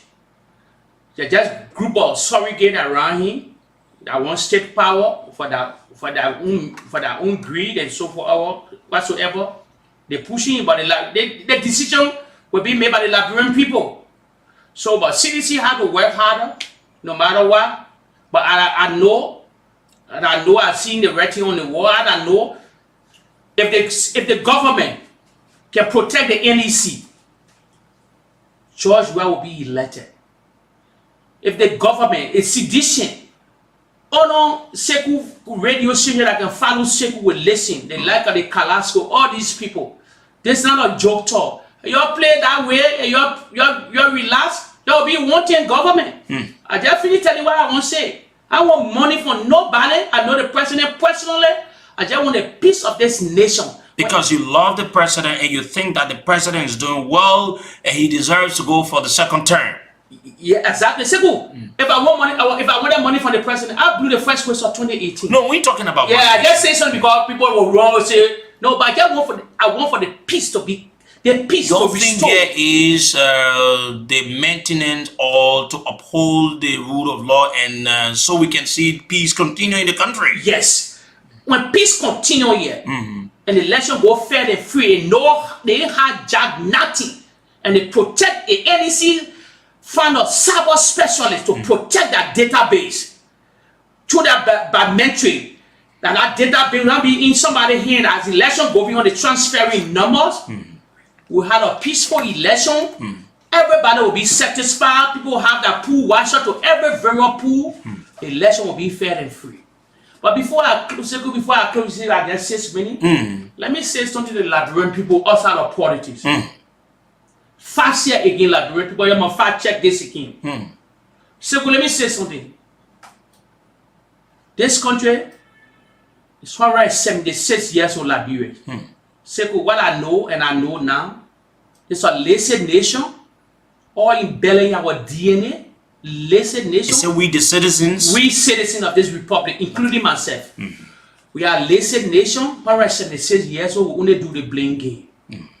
And we try to take responsibility for the next generation of Liberians to push forward. The country will be better for the next generation. And Sekou, let me get some facts here tonight. Some statistics, probably Liberian people will know. Sekou, in this country, 50,000 Liberians die to car accident every year. Sekou, in this country, 50,000 Liberians die to car accident. The number is scary. Our beautiful sisters, our mom, our auntie, 10,000 women, facts, go give birth to the babies here. 700 die every year. Today, about 250,000 Liberians having poor eyesight. All in the corner of this country.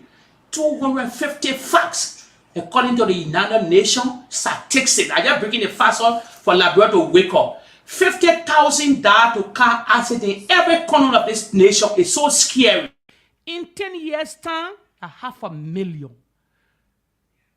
10,000 women gave birth in this country. 700 die. We were beyond Nairobi, Kenya. So, Wilmont, I want to say thank you. You've said lots of interesting issues, and Then the last one. let's conclude. So we'll move. Yeah, the last one. Sorry for No problem. Go ahead. Mr. President, His Excellency George Manawia. Your parting comment now. Yeah, Mr. Buffer Chima, the Speaker of the House. You have subpoena power. And Samuel D12. The three people are called now. If somebody can bring me to one of your, beside these three people, and I'm meeting nobody, I will get back on my flat and leave this country. If there are three people and one of them decide to meet me, I don't want to say what I want to say on the radio station. The main thing I want to say is between the president, Mr. Buffer Chima, because he's a Speaker of the House, and the Finance Minister, Samuel Speaker Buffer Chima got subpoena power. When you hear what I will tell them, I got documents on there. He can subpoena anybody to the House of Representatives. They can ask them questions. Mr. President, Buffer Chima, millions of dollars somewhere sitting. Ellen Johnson said they've been stepping on a long time. I'm the whistleblower for the president. I'm willing to put my left on the line to blow that whistle to the three people beside the president, beside Buffer Chima and Samuel Tuwe. Is it that it's something that the government is to be getting that she's not getting? Yes, millions of dollars. You think people in the government know of it? They're hiding it from them.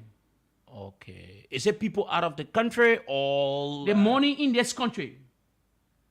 They've been here for long. They've been stepping on it. Maybe some people, because some opposition working in the government, because the president say government inclusion. If they want, they go never say. But I would say when I meet these three people, I will not see no radio station in my left until I meet these three people that millions of dollars can benefit. They feed our feeder road. They buy machinery for our very, very hospital. I'm doing this. I will do this especially I'm doing it for two people. There have been no people been forgetting this country. Nobody don't talk about the disabled. They have been no. So I will blow the whistle to these three people: the president, His Excellency, the Speaker, and Mr. Samuel D12. Wilbert, it has been a very nice time having you on the show tonight. I want to say thank you. We can have these kinds of conversations maybe at a better time and, in the future. Okay, thank you, Sekou, for having me. Thank you, Liberian people, for listening. I'm sorry I couldn't take questions because I told you I'm a whistleblower for the president. Thank you very much, Wilmont. Wilmont is a Liberian citizen residing in Belgium. He's been here as my guest. We're taking this break to be right back. My name is Sekou Sharif. Interesting.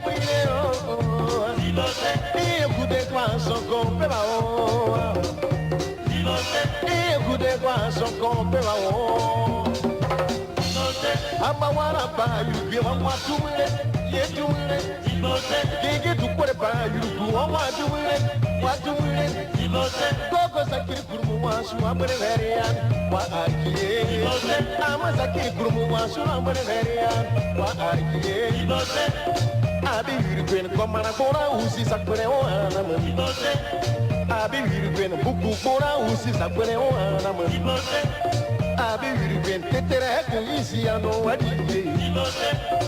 Abi yürüyen tetere kuyisi ano wadiye. Anongriye, oh Zimbabwe. Anongriye wayo, Zimbabwe.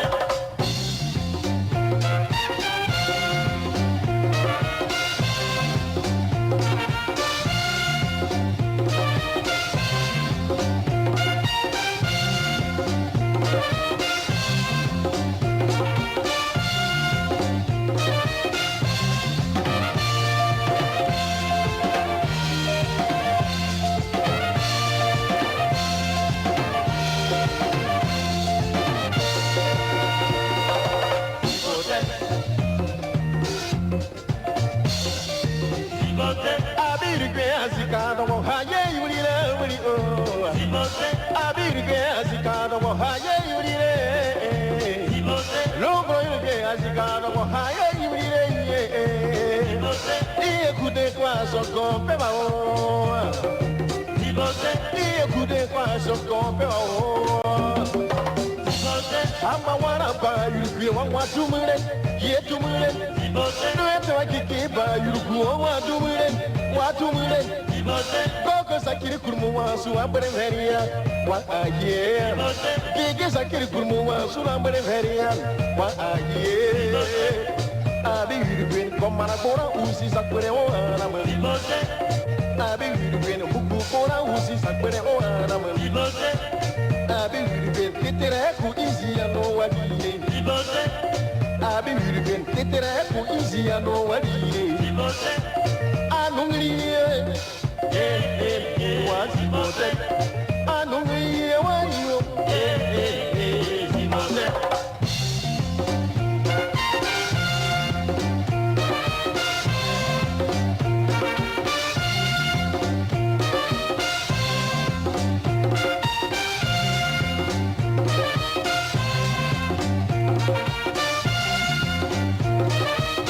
And here we are.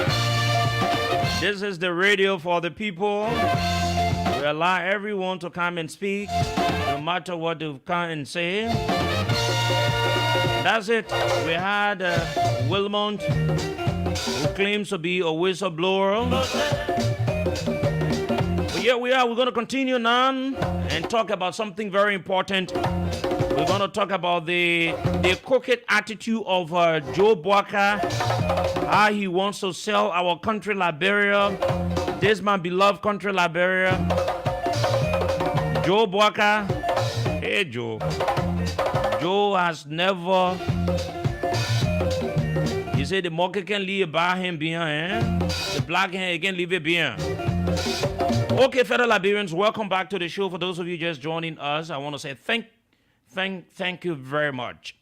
Now, yes, a very important thing I want us to talk about today. And fellow Liberians, I want you people to get things here clear. Let us leave whether you support Joe Boakai but I want us to be honest and see the sincerity into what we're about to talk about. Like I said, there are things that Costa said they were all false. It is not something to believe. There were things that he said, they were truth. They are things to believe. Yes, one of the things that I talked about, and it has come to a point, it is now being confirmed. There was a time that Joe Boakai left Liberia for Ghana. We all knew about that. Joe Boakai went to Ghana to go and meet some individuals which they claimed were leaders, even though now it is being proven and it is being admitted to that they were the quote-unquote investors, said by his own son. There are things that I want to say. Let me play you, let my producer play the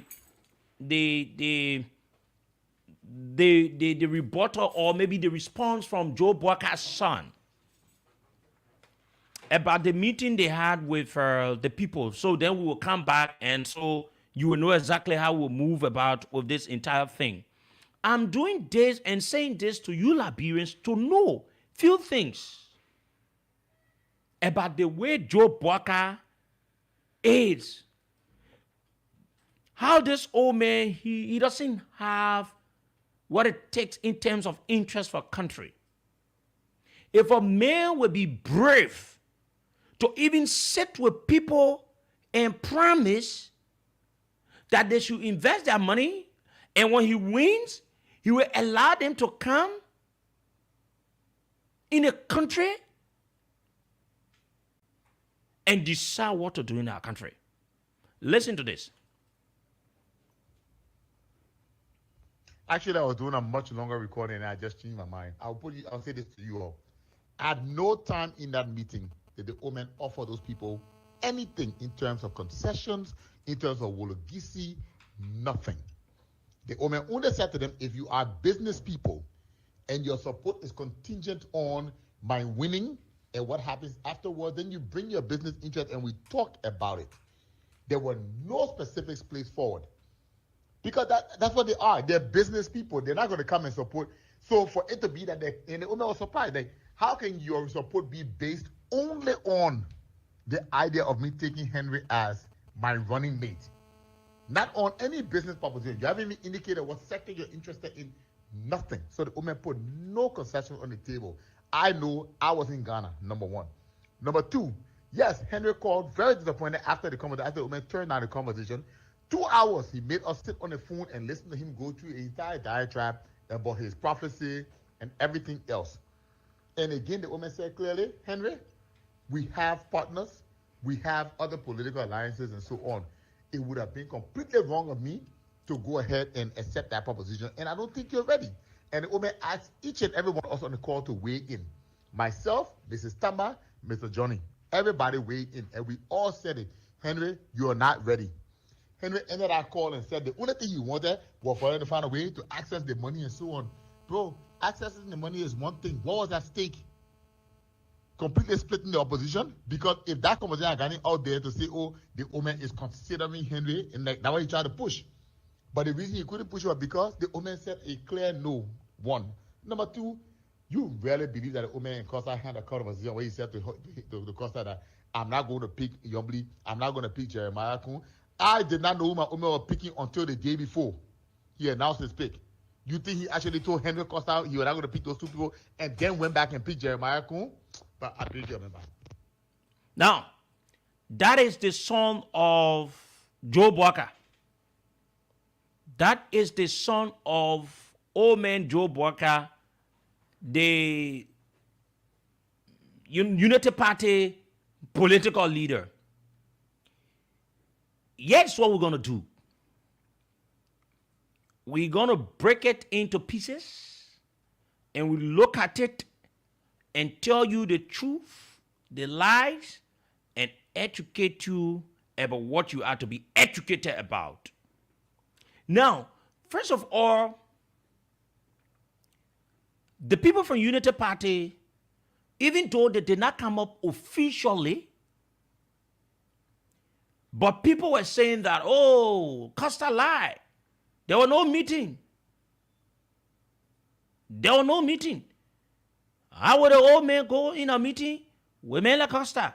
Even though I don't support Costa, I don't believe in what he says or what he does.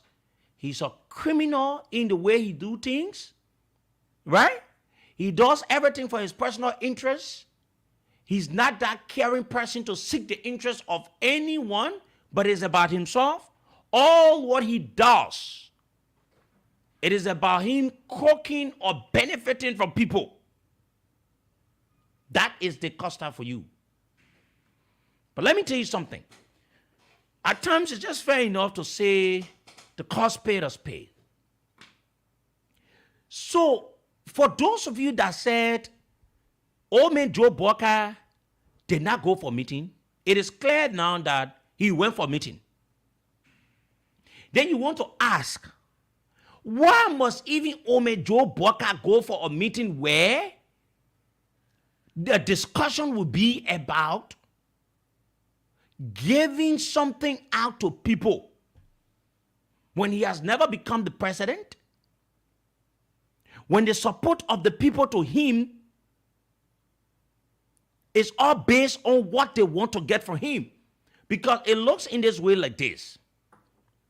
We gave you our money and you gave us the control we have in the country. You gave us a control we want in the country.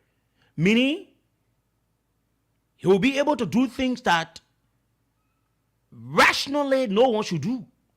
But because he's desperately in need to get money at the detriment of the Liberian people. So on this point, you need to come be beside this thing. On this point, it is proven and it is clear. It is proven and it is clear that Joe Boka had a meeting. It's true he had a meeting. It's true he went to Ghana. Even at Devil, he had a meeting with Devil. Even at BMs, he had a meeting with BMs. Even at criminals, he had a meeting with criminals. So it is clear that it is not government. Like they've claimed that, it was government people that were behind the thing that Costa just said, and there were no investors or whatsoever. It is not clear that Joe Boka met with people. Whether they were ghosts, no, because ghosts, you don't see them. Whether they were BMs, he met them. Whether they were people that into blood money, he met them. Whether they were people that just want to dump you, he met them. So on the argument of Joe Boka meeting investors, as said by Costa, it's true. So in these kinds of discussions, fellow Liberians, you need to know. You don't go for these kinds of discussion and you think, say, the son of Joe Boka, he will tell the truth. You don't go for these kinds of discussions and you say, or investor should just take that money and give it to you. And you tell them that careless word like what he said. You know why? You just give me the money. When I win, then you can talk about. Are you kidding me? Who the crazy person would do that and just look at you and give you money and say, okay, you know what? Yeah, we ready the money, ready issuing us. Let me be in the simple English. The money ready issuing us, yeah? Let's just give it to Joe Boka. So we'll just be saying, I'm waiting. When Joe Boka, no assurance. No one understanding as to what they stand to benefit. I want this old man think that, or he's something that he's talking to, people that are not reasonable or people are not educated. He say, okay, let me just start the thing to play on the intelligence of the Liberian people. It tells you how the people are disrespectful and wicked, and they think about betrayal and self-seeking interest about themselves is what they're doing. There's no way possible that you go for such a discussion and you just tell the people that are supposed to give you money, you don't have money. The people that come and give you money to run campaign and tell them, say, I will not listen to you or whatsoever you're doing. I will not say anything about it, but if I win, then you can come and discuss. So what's the guarantee of the people money they're giving you? So they part of the money each in there? That they will just take the money and give it to you? So it tells you that what the son of Joe Boka is saying is lie. There was something that was agreed upon that they said they could give to the people that could prompt them to give their money. There's no way possible we go into discussion and then you come and say, even though you won't give me money, but I can't commit myself to you. When you give me the money, I use it the way I want to use it. When I'm successful, then I decide. You think that's how it goes? No. There should be a commitment. And that commitment to say, when I win the election, you bring your business plan. Then why can't the people bring the business plan? Why can't the people bring the business? Why can't the people present the business plan? Listen to me. I know how these things work. I've seen these things, and I know how some of these things work, right? There are lots of things that people don't say out. Right? There are lots of things that people don't say out. But there's no way possible you go for these kinds of discussions and come and tell the person that is about to give you money that you cannot afford for yourself, and say the person will come and you will tell the person, say, you know what, give me the money, and then let us say the money each in the people that are supposed to spend the money. Y'all call them investors. They were investors. So there's no way. There must be something that will encourage them to spend their money behind you and say, okay, you know what? We're going to spend this money behind you because we know, say, you will win. But what is it we're going to spend it behind you? This is what we want you to do. This is what we want you to do. So on that place, there where the discussions come in. To say, okay, you know what? This is what you want us to do. Okay, this is what I will offer you when I win the election. This is what I will offer you when I win the election. But that is it. How come you come and say that you did not promise the people? So you didn't promise them. What was the assurance that they could have used as guarantor to pay or give huge sum of money to you to run your entire campaign? It is clear now there was a meeting held where in Ghana. I don't know as to whether the Mari Hotel that is right around Kotoka Airport, whether it is true is there where they had a meeting, but I want to agree that they had a meeting there. And like I said to you, that area, that hotel, I've lodged at that hotel. I had a transit at that hotel. That hotel is very expensive. You don't have ordinary people going there so easily. It is very expensive. You have the caliber of people that go to that hotel. It is not far from Kotoka Airport. So there was a meeting held. Yes, it's true. There was a meeting held. There was a meeting held. And what was that meeting? A political meeting. In such a meeting, and I'm trying to make this clear to the Liberian people, in such a meeting, it is give and take. You gave me something, you take something, and I gave you something, I take something. That is how it plays out. But there's no way possible where you will say, I don't know, play this audio again. This is the son of Joe Walker. I just want you Liberians to listen to this thing where this Duke is brave enough to say that Joe Walker did not commit himself to the people. So what do you think? What was the essence of the discussion? If you cannot commit yourself, then why would the people want to give you money? Because, mind you don't have what the people want now. But the only thing is, you convincing them that it is possible that you can win the elections. So what happened in that case? They go to the extent and take the high risk and say, okay, we're going to sponsor these elections, but this is what we need. We need to go into some agreement.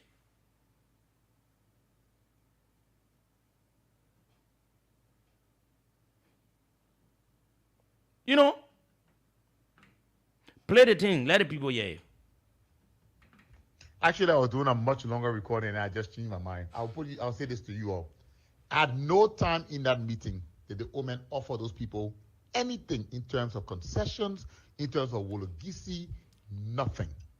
The Omen only said to them, if you are business people and your support is contingent on my winning and what happens afterwards, then you bring your business interest and we talk about it. There were no specifics placed forward. Yeah. Because that's what they stop are. that thing. You're listening? Now you know when, where, and who do you say what you're saying to? Even the uneducated people will not believe what you're saying. That you will go to a meeting with somebody that have what you want and say, what's the sole purpose to say they want to give that money, because they want you to win. No. They need something, but they want to help you to win, and so they can get it. So they're not so, they're so purpose. According to you people, they are investors. The investors, they have many areas to invest their money. They don't need you, Joe Walker, to invest their money in Liberia. They don't really need you. But you know when these discussions come about, it is not the people that wake up by themselves and come to you. It is something where it's like you lobby. You lobby. It is something that you lobby, and when you get the people, you go to the table. And when you go to the table, both parties bring in their own interests. For example, in such a discussion, you will say, okay, you know what? The people of Liberia, the people of Liberia, they want me to be their senator, or they want me to be their president. And so at the end of the day, it's what you're going to present to the people, right? At times, in such a discussion, you will prove to the people, you will show them pictures, you will show them videos of how you put people outside. That's the reason why you see most of the politicians, they will fight hard to bring out numbers to people to prove to them that, okay, they have the numbers. These are all things they use the pictures, videos, and other things for. So you prove to the investors because they are not in your country. So they see the pictures, videos, and see the number of persons that will come up when you're having a program, or maybe even you pay the people to come up, because these are things that happen in politics in our country where people pay people to come up because they want to show certain strength in terms of support base. Then the people tend to believe and say, okay, let's go into the discussion. And you start to go into the discussion here, you will bring what you want, and the people will bring what they want. It is not where you're going to say, oh, when I become president, once you know, say, your support is merely because you want me to win. So when I win, you're not giving the people any assurance. Then they take that money and give it to you. Who will do that thing? Even the common man listening to me, let me put it in simple Liberian English. Even our man then, our people then will not go to school. Will say they get a little money. They will go put it in something. Will have any assurance or any means to say they will get their money back and give it and say, okay, let me just wait. When anything happen, then I will know. When it happen, then we'll start a new discussion. You think that's how investors behave? You think that's how they think? It doesn't make sense. So the son of Joe Walker is lying on this point to say his father did not have a meeting, to say he did not make any commitment. No, you lie. There must have been a commitment made by your father. Using that as a means to what? To mesmerize the people to give that money. Play it again. Because that's what they are. They're business people. They're not going to come and support. So for it to okay, stop it right there. And you see, he started to contradict himself. Caribbean small. Y'all listen. You saw, and I want to believe that they edited this voice. Because if that part could remain there, you will understand that they are business people. Business people not care about what. What they care about is about benefit of their money. What do they get in return? What kind of profit they will get? How many profit they will get in return? They don't care about you this, you that. They look at something to invest in it, to get money back and get double of what they spend. Play that, please. They're not going to come and support. So for it to be that and the owner was surprised, like, how can your support be based take the thing back. Take the thing back. The idea of they're business people. They're not going to come and support. So for it to be, and you see it? Y'all listen to it. You saw that they edited it, but even though they edited it, we are here to make you to understand. It tells you that he himself was trying to admit in that thing that they are business people. They're not going to support you just because they won't support you. They will support you based on interest. So there must have been an interest. And what was the interest? It could be the Wologisi Mountain. Oh yes, it could be the Wologisi Mountain. If the old man had a guts to go and sit with people, to give our country out to them, that's sheer wickedness at the highest level. You don't do this to a country that you say you love. Play it again. Because that's what they are. They're business people. They're not going to come and support. So Hey, yeah, for it yeah. to be that they, and the woman was You see surprised, it? like, how can You your listen to support it? be based He's saying it only there, right? on- He said they are business people. They're not going to support. So apparently the people that work on his voice forgot that he made admittance that they are business people. They're not going to support you because you're a politician. No. They support you because they want interest. At the end of the day, they support you because they want to get that money back and double the money they spend. That's it. That is how it is. That is how it is. So play it again. Let the Liberian people hear That's it. what they are. They're business people. They're not going to come and support. So for it to be that they, and the woman was surprised, like, how can your support be based only on the idea of me taking Henry as my running mate? Not on any business proposition. You haven't even indicated what sector you're interested in. Nothing. So the woman put no concessions on the table. I know I was in Ghana, number one. Number two, yes, Henry. So Paul, listen very now. Stop right disappointed. there. Stop right there. So you see the contradiction here? This same son of Joe Boaka said, his father told the people, once your support is solely for me to be elected, bring your business plan or interest when I'm elected to discuss. Y'all listen, no? Then he comes back again and say, there were no, plan, discuss, and I hope you're understanding the contradiction here from the son of the vice president, former vice president. Now it tells you how the old man himself is on he's not a realist. He doesn't do things in the interest of the country, and he's a complicated old man. Another thing, there's no leadership in Unity Party. Even though the son of Joe Boaka was in that meeting, I don't think it is this man. It is the son of Joe Boaka supposed to be providing the information. So you see what's going to happen when Joe Boaka takes over this country? His children are going to be speaking for the government. There's no leadership in Unity Party. If there could be a leadership, it is the party that should have come out and narrate what he narrated and make whatsoever whatsoever points they want to make. But the ball speaking for the whole Unity Party. He said, how I look at it, and I'm a partner, so I'll talk. So the day you made mistake, you made Joe Boaka as the president, they may fuse that he pa. So when Joe Boaka blown up for the whole country, he speaks. So there will be no Minister of Information.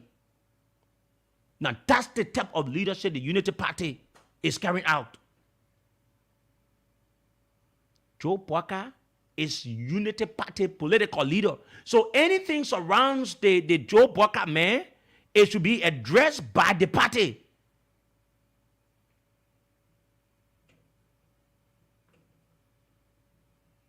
It should be addressed by the party. But that is it. And fellow Liberians, I want to believe that there was a meeting here. It's clear. And I want to believe that Joe Boaka must have promised the people about Wologisi Mountain, because in these kinds of discussions, you don't go there and go tell the people, once say you're so interested to support me is for me to win. When I win, then you come with your business plan. Are you kidding me? So you don't know what type of business these people are in, but you won't take money from them. You don't know how they are getting that money, but you won't take money from them. That his own son saying it though. So Joe is willing to take money from anybody because he just wants to be president. Even the person is a BM, the person get bad money, the person is not getting that money readily, he doesn't care. Because according to his son, Joe is not asking them the source of their income, but what he's telling them, according to him, once y'all won't spend money on me to win because Joe that darling ball now, anybody can just look at him and say, let money here, if for you. Anybody will just say, we won't spend money because the people got plenty of money, they ain't got use for it. They won't waste it. They want to get rid of Joe Walker. They want to spend it on him. That's the sheer wickedness and lies they try to give you, Liberians. Joe is not in the interest of this country. Joe has not done anything in the interest of this country. And that's the reason why they will continue to expose themselves. Play this thing from start to end. And I'm playing you the voice of Joe Walker's son. Actually, I was doing a much longer recording and I just changed my mind. I'll say this to you all. At no time in that meeting did the Omen offer those people anything in terms of concessions, in terms of Wologisi, nothing. The Omen only said to them, if you are business people and your support is contingent on my winning and what happens afterwards, then you bring your business interest and we talk about it. There were no specifics placed forward. Because that's what they are. They're business people. They're not going to come and support. So for it to be that and the Omen was surprised, like, how can your support be based only on the idea of me taking Henry as my running mate? Not on any business proposition. You haven't even indicated what sector you're interested in. Nothing. So the Omen put no concessions on the table. I know I was in Ghana, number one. Number two, yes, Henry called very disappointed after the conversation. After the Omen turned down the conversation. 2 hours he made us sit on the phone and listen to him go through an entire diatribe about his prophecy and everything else. And again, the Omen said clearly, Henry, we have partners, we have other political alliances and so on. It would have been completely wrong of me to go ahead and accept that proposition, and I don't think you're ready. And the Omen asked each and every one of us on the call to weigh in. Myself, Mrs. Tama, Mr. Johnny, everybody weighed in, and we all said it. Henry, you are not ready. Henry ended our call and said the only thing he wanted was for him to find a way to access the money and so on. Bro, accessing the money is one thing. What was at stake? Completely splitting the opposition? Because if that conversation had gotten out there to say, oh, the Omen is considering Henry, and like that's what he tried to push. Oh, what the thing. And you see, before we go to the lines, and you see, fellow Liberians, the son of Joe Walker think that it was nice enough. Once they're not taking Henry, it could be better to take the money. But where the problem, the thing was, they could not accept the money, or accepting the money is cool, but to say, oh, Henry should be the vice standard bearer of a unity party. So if to say that part of it could not be there, but now we're talking here, Joe finished taking that money, he finished giving the people what Gizi Mountain, yo. Then we're not talking here. Then we're not talking. You see? So if to say they're not coming to talk about, okay, according to them, that this man might be the vice standard bearer, even though I know this man cannot be vice standard bearer, I believe and I think that this man doesn't have what it takes to be, vice standard bearer in any political party in this country. He doesn't have what it takes. Henry doesn't have what it takes, right? But if that portion of the discussion could not come into being, but now Joe didn't finish taking out that money, then we're not even yet set. So the man will commit our country. Imagine the man is not president. He's committing this country committing this country to other people. Then you take this second good for nothing old man to be president of this country. The man will set the country in our hands. Let's go to the lines on 0770 942048. 0770 0770 907 907 0770 907 907 0880 907 907 0880 907 907 are the numbers to call us here tonight on the show Issues of Today. Let me take this person on the line. The very first number I called was a mistake. Hello. Good evening, Segu. Good evening, sir. Thank you. Tigas Matter is my name, and I call you from Financeville this evening. Go ahead, sir. Seku, let me firstly applaud you for the talking point. Well, one thing, most of you journalists, you have to take time in approaching people when it comes to you come to some issues affecting the individual. Like what you said, Joseph Wakai is a friend who and faking foolish men know. Let me take this person. Good evening. Good evening. Mm-hmm. I'm James Kamara calling from Bomi County. Bommy? Bomi County, yeah. Yes, Bomi. go ahead from Bommy. Yeah, Seku, I listened to the recording you play, and I don't know from which angle are you comprehending what you heard. You listen to the man saying the puppet did not commit any concession. The puppet said, if you want to support me to win, come and support me. Once I win, I will come to discuss. Then you Hello, sir? Hello? When Hello? you get money, right? Hello? Hello, yeah. I will not waste my time. If you want us to have a conversation, I allow you. If you don't want us to have a conversation, I'll cut you off. Hello? Good evening. Good evening. This voice is funny, and I call from Tishki 15 this evening. Go ahead. Yes, my brother, you got to keep playing our voice for us. Yes, sir. You got to keep playing our voice for us. But one thing I want you to do again, Segu, you got to play the CDC party chairman voice. Thank you very much. Let me take another person. Hello? Hello, my son Seku. Good evening, Mama. Let's hear you. Yeah, this is Marcy Simi. I'm calling from Clarendon tonight. Thank you for the topic tonight. Marcy. Seku continue to play that recording. Yeah. Because the say that man is a born liar, which is coastal lie on the man Joe Baka. You can't tell me a businesswoman. Hey, I'm going to somebody for something like to pay me money. I'm going to get somebody that will be a connection between and the person. Yeah. There should be something that we agree on. Yeah. If you give me that money, I'm going to get somebody that will test and say, oh, hold this for me, and give me SYZ. They'll guarantee and say, yes, you will bring it back. You can't tell in this country, you see, we're stupid for in the country. We're not stupid. Oh, this one, I'm not going to school. We're not stupid in the country. They go out your children, they can't continue to fool us. That man love the children in the country. Yeah. That's simply the difference. We are calling, say people are supporting you. People need to get your job. You can't just want your children. Children carry for that job because they're working in government. They see that you say you resign from foreign and you want to go and support a father in the election. You can't do that man. He said, anything to do with that man, and kind of, hear your son now recording, the playing now. That yes, indeed, we have meeting. What he like, Uncle Man say, oh, the place of course of Boaka, yeah. $10,000, and they said that the order. You see how they for wicked to the country? They look there for the who serve each other, they're there for the bread people. So let's share our art school. Let me call my play every day, because they will not play on their platform. No, we'll do it. They will not play on it because they know they play. It was disgrace, so they will not play on the platform. So let's something you play every day. You will play on me, they're angry. After you can insult you on the platform. And we get time for them. Yeah. We'll take back for them. Anybody else will get to them back. Thank you, my son. Thank you very much. Let me take more calls. Hello.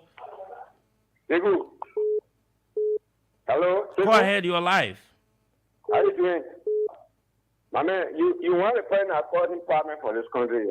Okay, thank you. I'm causing problems, so don't get into the problem. I'll continue to cause the problem once Joe Boaka continue to behave the way he behaves. Hello? Yeah, good evening. Go ahead. Yeah, my name is Wakaso Shanje, calling from Wawa. Yeah, Seku, we know the people there level, Seku. But, Seku, I don't want you to be wasting your time on some other people there. Yeah, to be real, because we know the women, already know the women are fake women. We know the women are fake women, Seku. So I want you to be wasting your time on that woman.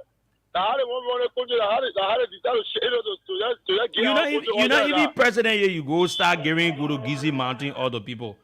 Can you imagine? Who the investor, my brother, will go get that money? You're not discuss anything. They just go take money. They give it. They say because when I win, then you will can't discuss business. Also, the people but not get used for that money. Oh. Yeah. Can you imagine myself? Like, even talking to you, I'm a tackle it. I will go in present with somebody. They tell me say that No agreement, no understanding as to what I benefit in return. Yeah. Then you tell me, say, oh, I'm gonna get you. I'm gonna get you. What insurance? Yeah, man, I'm fine. John, thank you very much. Hello. Yeah, good evening, Seku. Yeah, go ahead. James calling from Paris Street. Seku, you know, there's a topic that says Belamo can bear okra. This is the same system that the people have here 2 years ago on a United Party. They start book of construction without no benefit of the British people. And it's not strange for Joseph Walker and his crew and his gang. And we are waiting for them to October 10. We are going to get out one shot that he will never get away. Even his whole family. But he cannot treat a brand like this. You know how much we're using money for that you want to hold 30 million for? Yeah. The man I'm president you inside giving places later. Ever posting so automatic. You know, Henry Costa coming oh no. They want to supply, you know, that when you come when one time milk come. Document for them. So we are waiting for them. Thank you, sir. Okay, thank you. We'll take another person here. Hello. Yeah, hello, Seku. Yes. Thank you for your deliberation. You see, they want to make the papier to be an experienced candidate among all the candidates. You can go to a call and listen to the call and refuse what is in the call. No, he did not refuse. Hello. He did not refuse. He did not refuse. He did not refuse. Hello.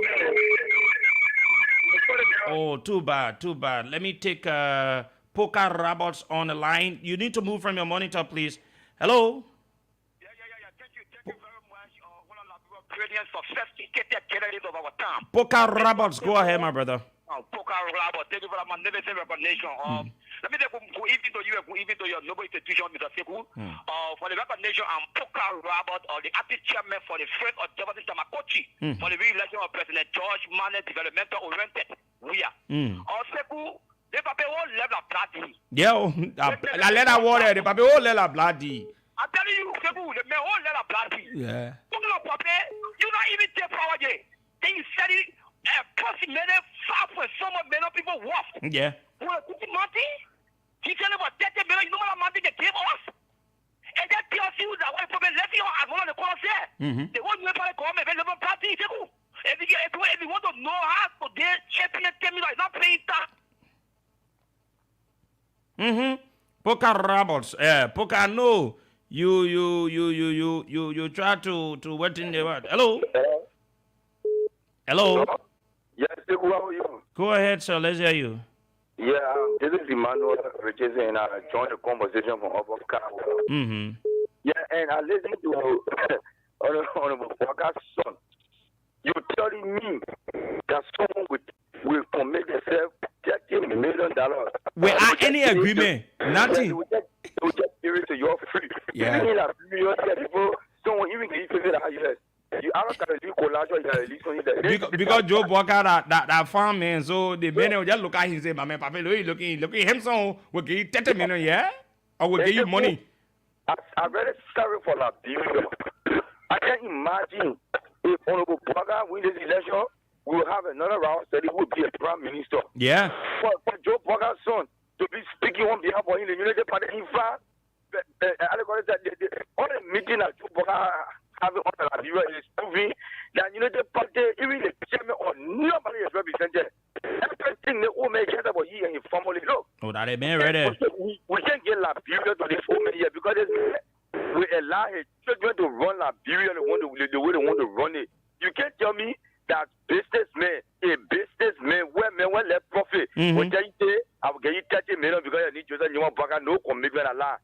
There was certain commitment were made. But they God just allowed to now what that woman want to steal with a Giffy. This is why you see the flying all around. Look, we got information that even the money that you see right now, there are a lot of commitment they are made all around these places. But we are watching there, and we make sure that the country will not be still by these people. Thank you very much. Thank you, my brother. Thank you very much. They think the Liberian people are understanding what we're saying. There's no way somebody will say they won't give you money when you not tell them say you do something for them. Hello? Yeah. Good evening. Good evening, Seku. Good evening. My name is Harris A.F. Lomé, calling from Electoral District number 8. Seku, I beg you, please tell United Party to fall back on our politics now. Yo. Nothing they can do again. Nothing they can convince us in a country. So that is all I gotta say. Let them fall back.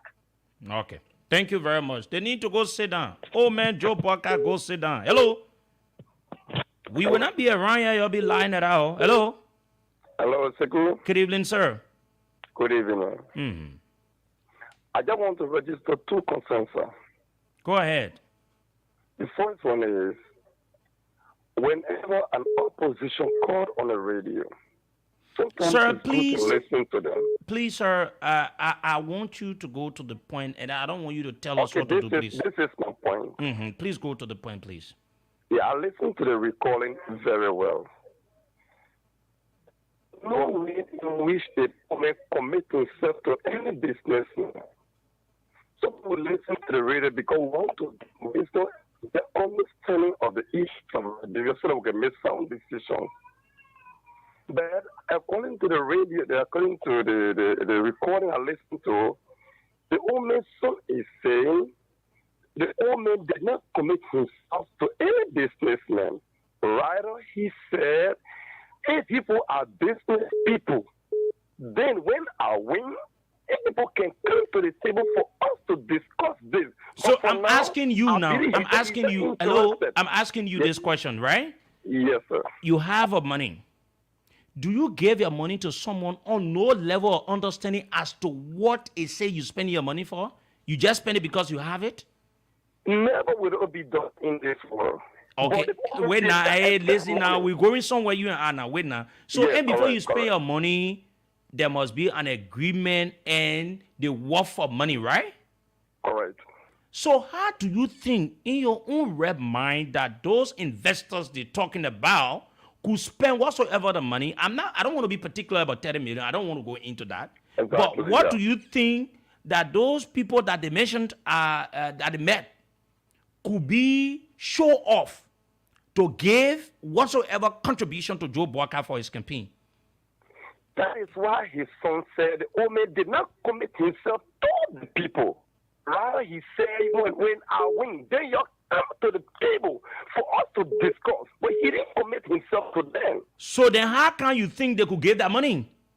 They didn't give him any money. No, At the amen. end You of that particular recording, he said the old man left them. No, it is not. You know why? Let's play You know it why? again. You I'm know, listening to you carefully. you know why? No, sir. According to what his son said, it suggests to anyone that the people were requesting to have Henry on the ticket as the vice tender bearer. But on the money Yes, exactly. aspect, there was no problem.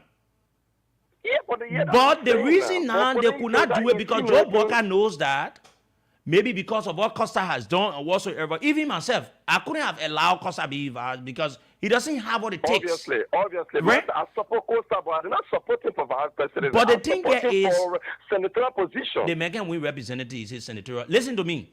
The thing here is, and you're trying to understand me, but because you support Joe, you don't want to win. There must have been. I'm talking with a balanced mind. So I'm talking with your balanced the mind. thing that spoiled the whole thing, you know that what? To take Costa to put him on the ticket. But if to say Joe Walker could allow it, they could get that money. With the understanding that quote unquote, at the end of the day, they will make offer to the people. But That because is the reason why he first of all refused the first option or accepting it Costa was to be not his running mate. refusing the money to say you will not give the people what they wanted. The reason that he refused, it was taking that ball to be his running mate. So there Yeah, were but other options on the table. I hope you get it clear. There were other options on the table though. Not only that thing. You understand it now, right? Segu, I get what you're saying, brother. But the two options are, let's take Henry Costa, running mate, we gave you 30 million. I believe that was it, right? No, that was not only the offer.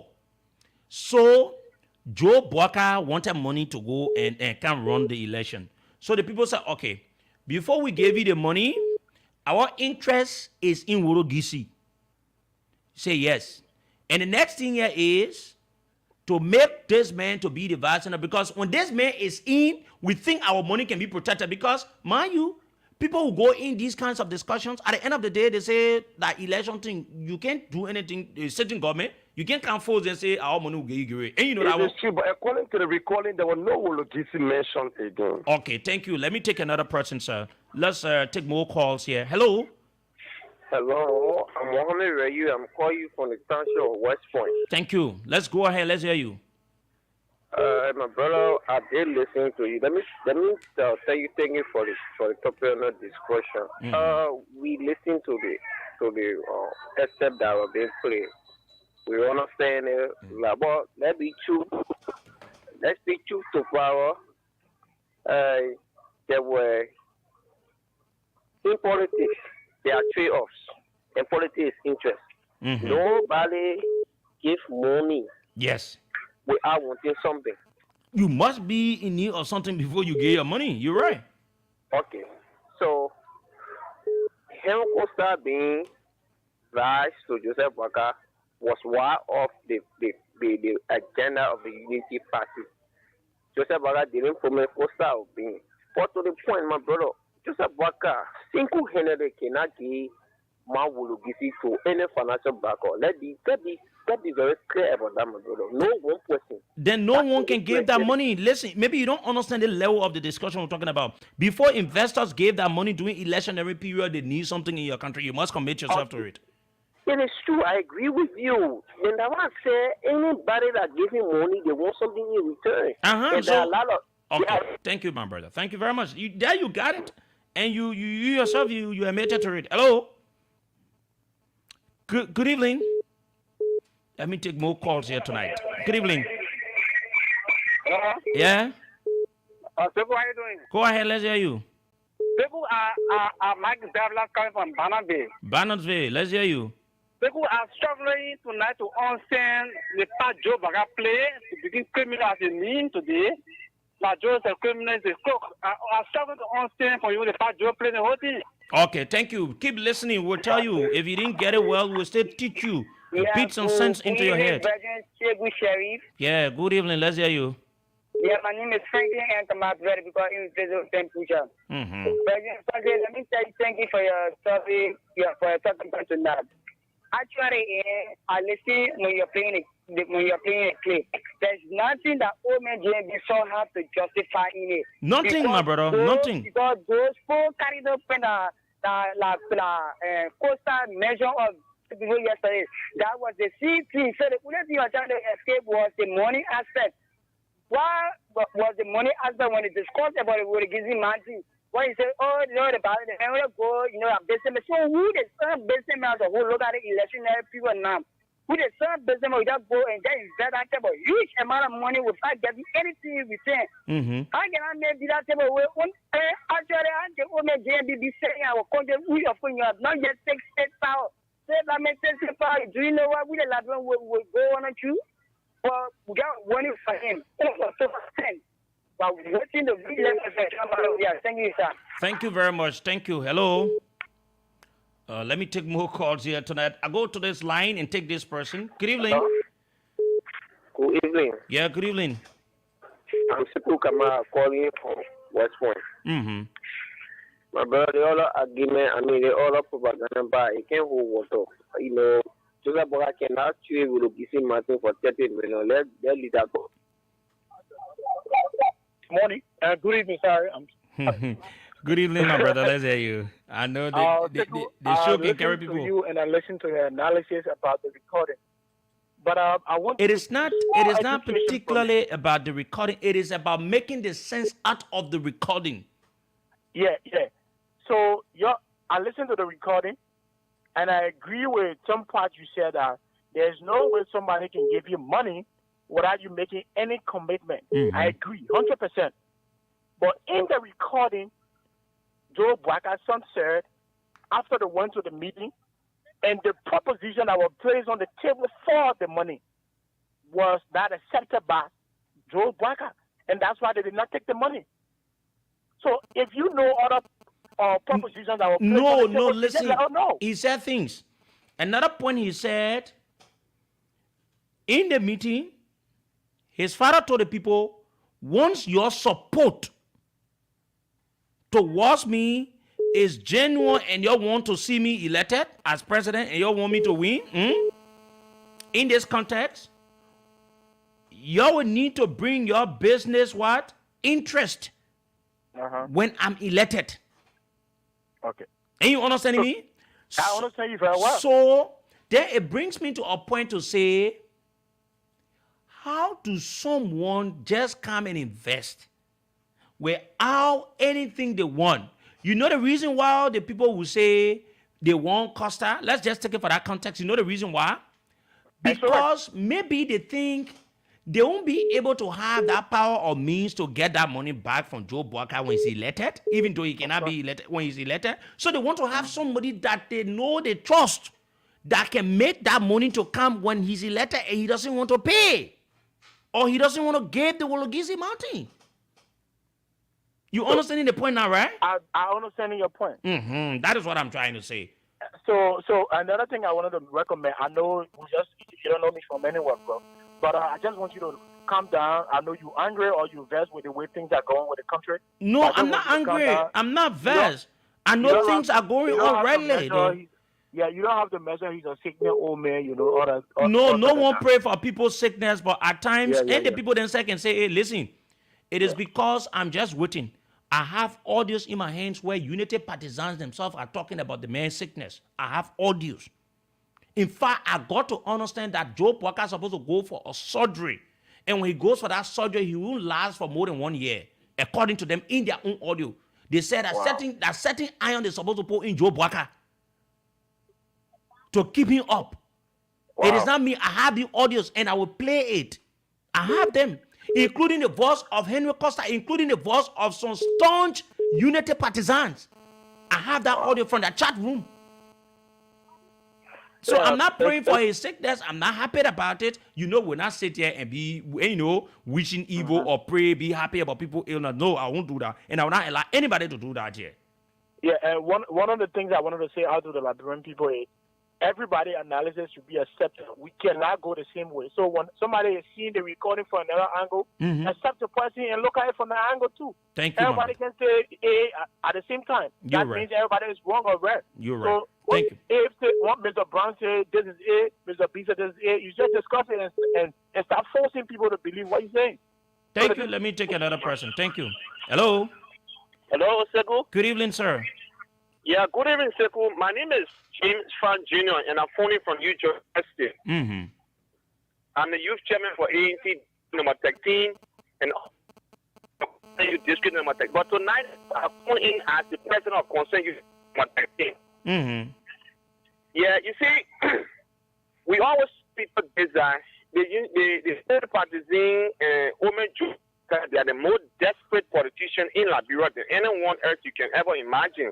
Now, the audio that you just played from Joe Bracker's song just validated all of what we have been saying and all of what that Henry Costa said. You see, the old man has not become president yet. He has already mortgaged the Wologisi Mountain.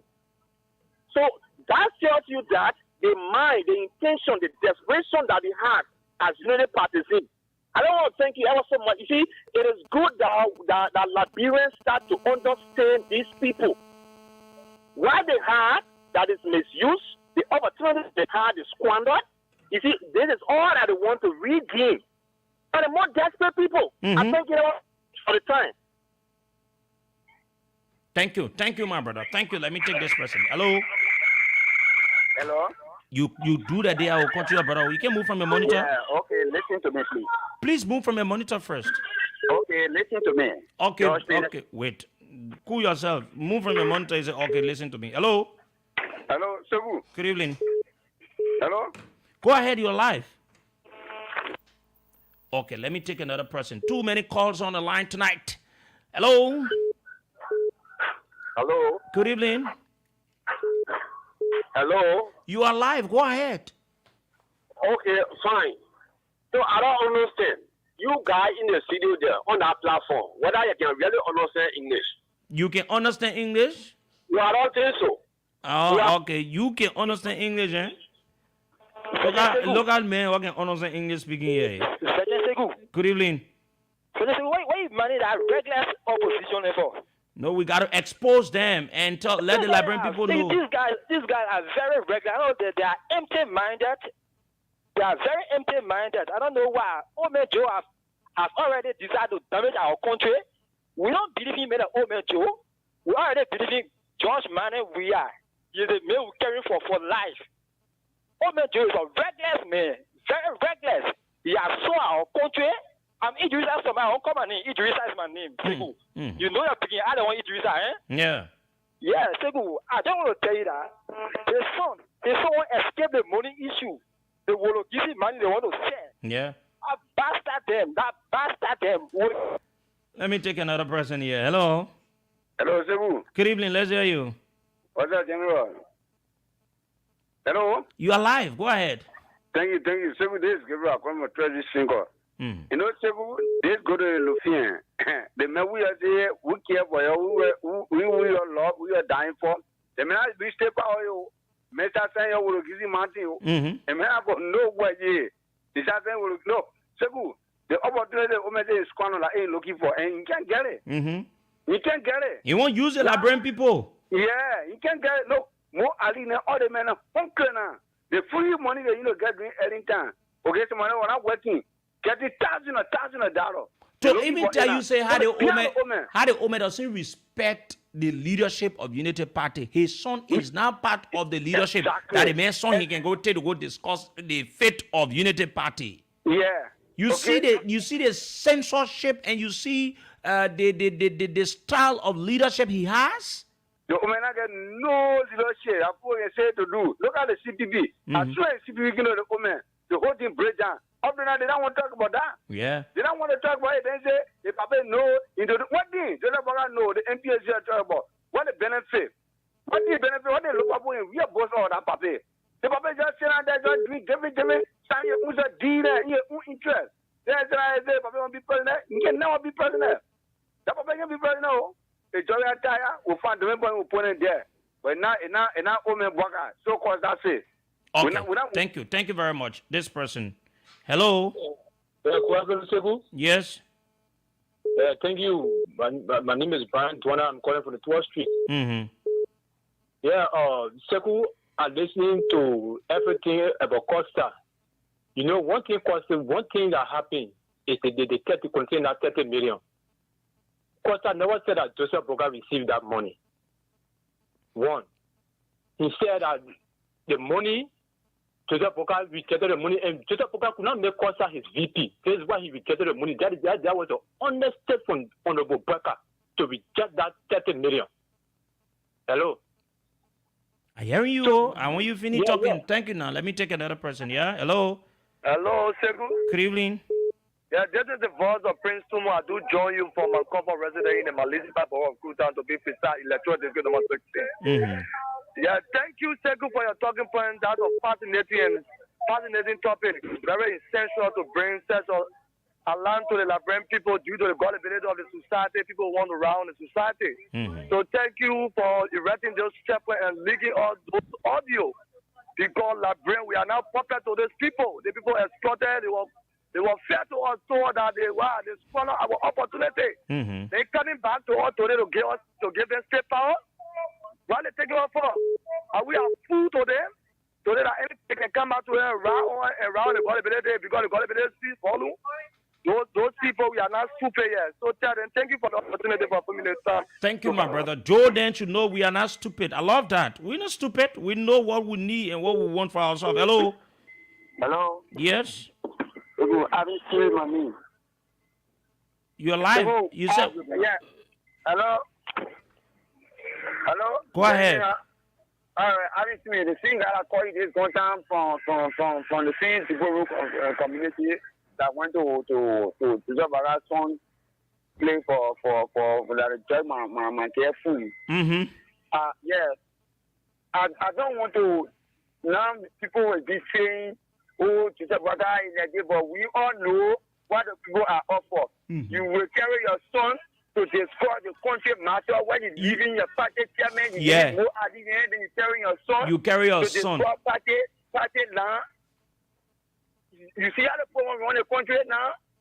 So we get a poor power now, they coming back to the same old thing. You said you didn't say anything like that. But let your son come out and say that none of the poor Yeah. money all right. Your son said that you had a meeting. But we're watching the people. We're waiting for them. We know what they offer.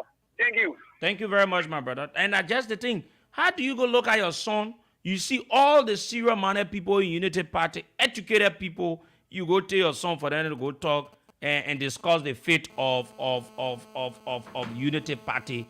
And then your son said, "I can't admit to it that you had a meeting." Hello. Hello. Hello. Yeah. Good evening. Thank you, Sebu. This Poker, you know our woman also I want to go reach out. Yeah, Poker, myself confused, bro. Sebu, even our copy from here, we will take it and put it in our phone and propagate the message we are and discuss the Nicodemus act of Omed Joe, reckless and ruthless worker. Mm-hmm. As one of the callers just said, very sensitive. If you discuss a serious matter issue concerning the party and the country at large, will you carry your son? For God's sake, will you carry your son? Or you carry party hierarchies? So it just tell you that I will repeat it. Yeah. They want you are small. And to tell you to push in the chat room. That's small tower you passing now. I want to send you all their boots what I give you. Oh yeah. In the chat room. I come in ready for that one in there. I will destroy them. And they can be talking about Joe Walker. You have the weapon of discussion. And guess what was police will bring out in there for yourself. But you do it just for the interest of the country. And second, the conclusion, the people have know the good. I mean, the people have know the difference between the good and evil. And the good is not only for President George Mann developmental oriented we are. But we have to look at the people suffering or paying their people's wacky and school fee. And President we are alleviated the burden. President we have to look at the difficulty people can take from Babolu to come all the way to charity for treatment. President we have alleviated that difficulty. Today, the people of community now kind of charity again will be treated adequately. Very in the room. That's what they call developmental oriented president. So, Sebu, come 2023, talk me. But that will be flawed and you will be described properly at the Panama. For all who give the constitution, not give a violence. For never they can slaughter all the get power. For all who will go to the Panama constitutionally and will better work out politically. Thank you. Okay, thank you very much, my brother. Taking more of your calls shortly.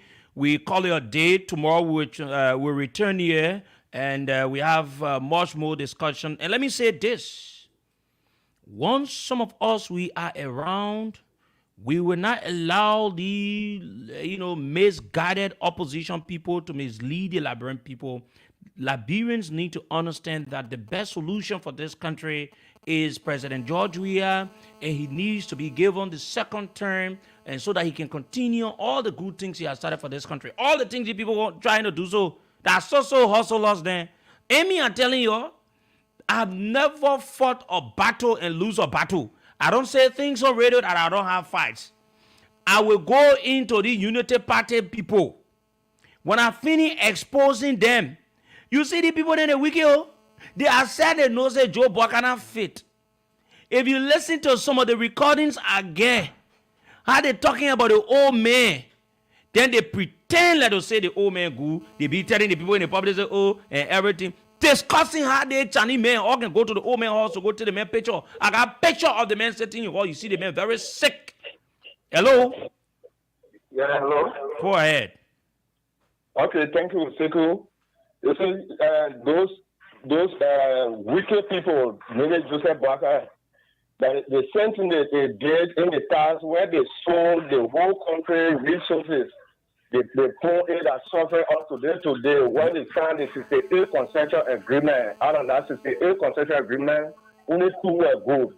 Yeah. Where the poor they are today we're suffering. Where they sold the country unbeknownst to all that. The same thing you want to do. Yeah. Can you imagine you want to sell Wulogesi Mountain in local country? Yo. That kind of thing will be all. This I say our brother and sister already don't understand.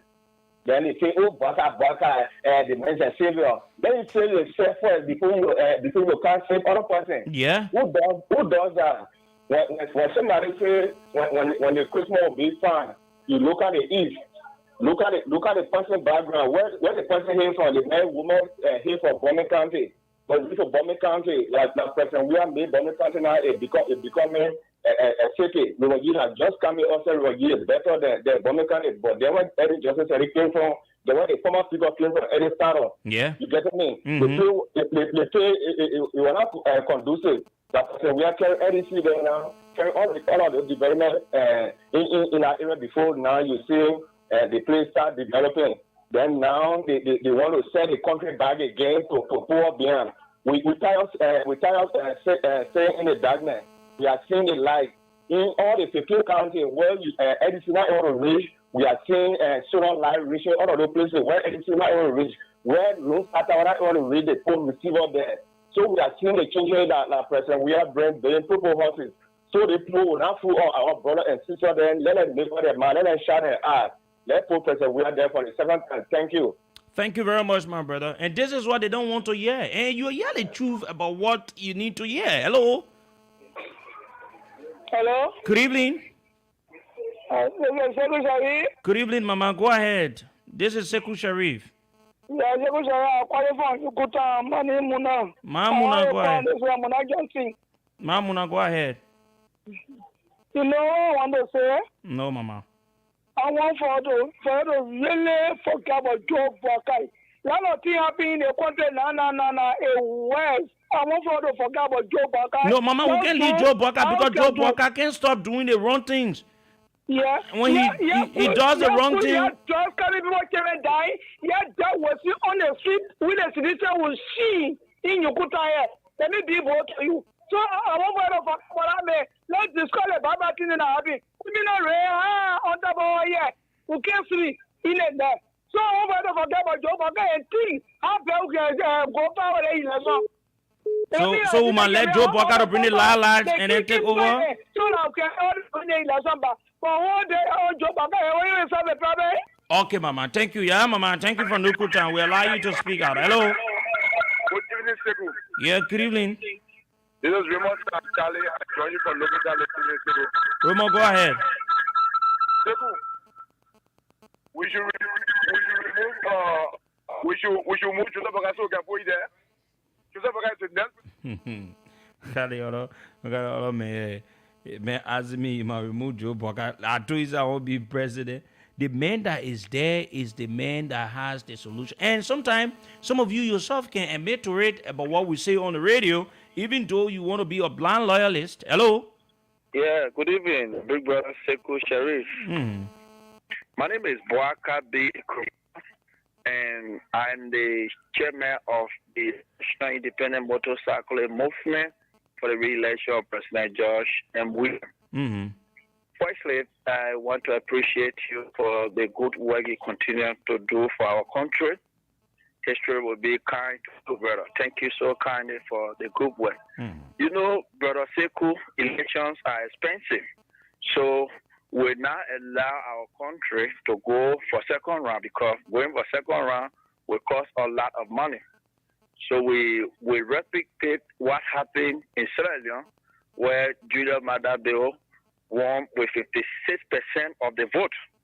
So we have resolved to overwhelmingly elect. We are on the first round of 10, and nothing can change that. Thank you so kindly for the great joy you continue to do for our brother Sekou. Thank you very much, my brother.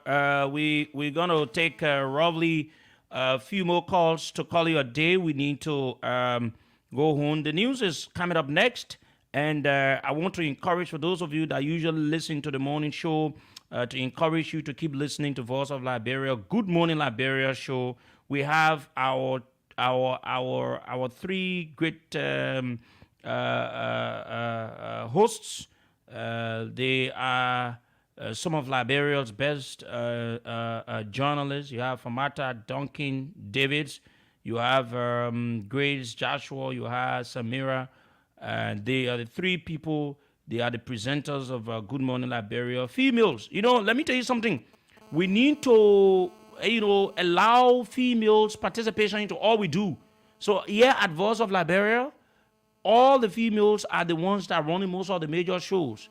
You have them in the morning, listen to them, support them, and we all can make Liberia to be a better place. Hello? Hello? Good evening. You are the last caller. I need to go. Go ahead. Let's hear you. Yeah, thank you very much. I'm George Taylor Senior. George, go ahead. What all you said and reading of that document on that until that. No document yet. So it just says to you that you don't even know what you want to say. There's no document we quoted or read anything here, but document we didn't say anything. So you needed to listen and listen well. At times, this is what the problem some of you have. You don't listen and you speak. You speak before you think. And as a human, you should think before you speak. Okay. So that is it. We're here tomorrow. We'll be back here on the show. Inshallah, with the blessing of our parents, we'll be back here tomorrow on the show, and we'll continue to do the best for our country, Liberia, electing the minds of Liberians to understand that as we move towards the October elections, the best solution for you is the re-election of President George Weah, because he has what it takes, to deliver this country evidence of some of the things he has done, continue to do in the interest of this country. It is under this government you don't have people being sent to jail because they express themselves on radio. But in Jode government, they were shutting down radio stations, doing all kinds of things here and all of that. So tomorrow, we'll be back here. Trust me. Let's work together to make Liberia a better place. And let's say thank you to those of you in government that are doing well for the country. And we will condemn those of you in government that are trying to do things against the will of the Liberian people. And like I've always said, we not need to blame an individual situation on the entire government.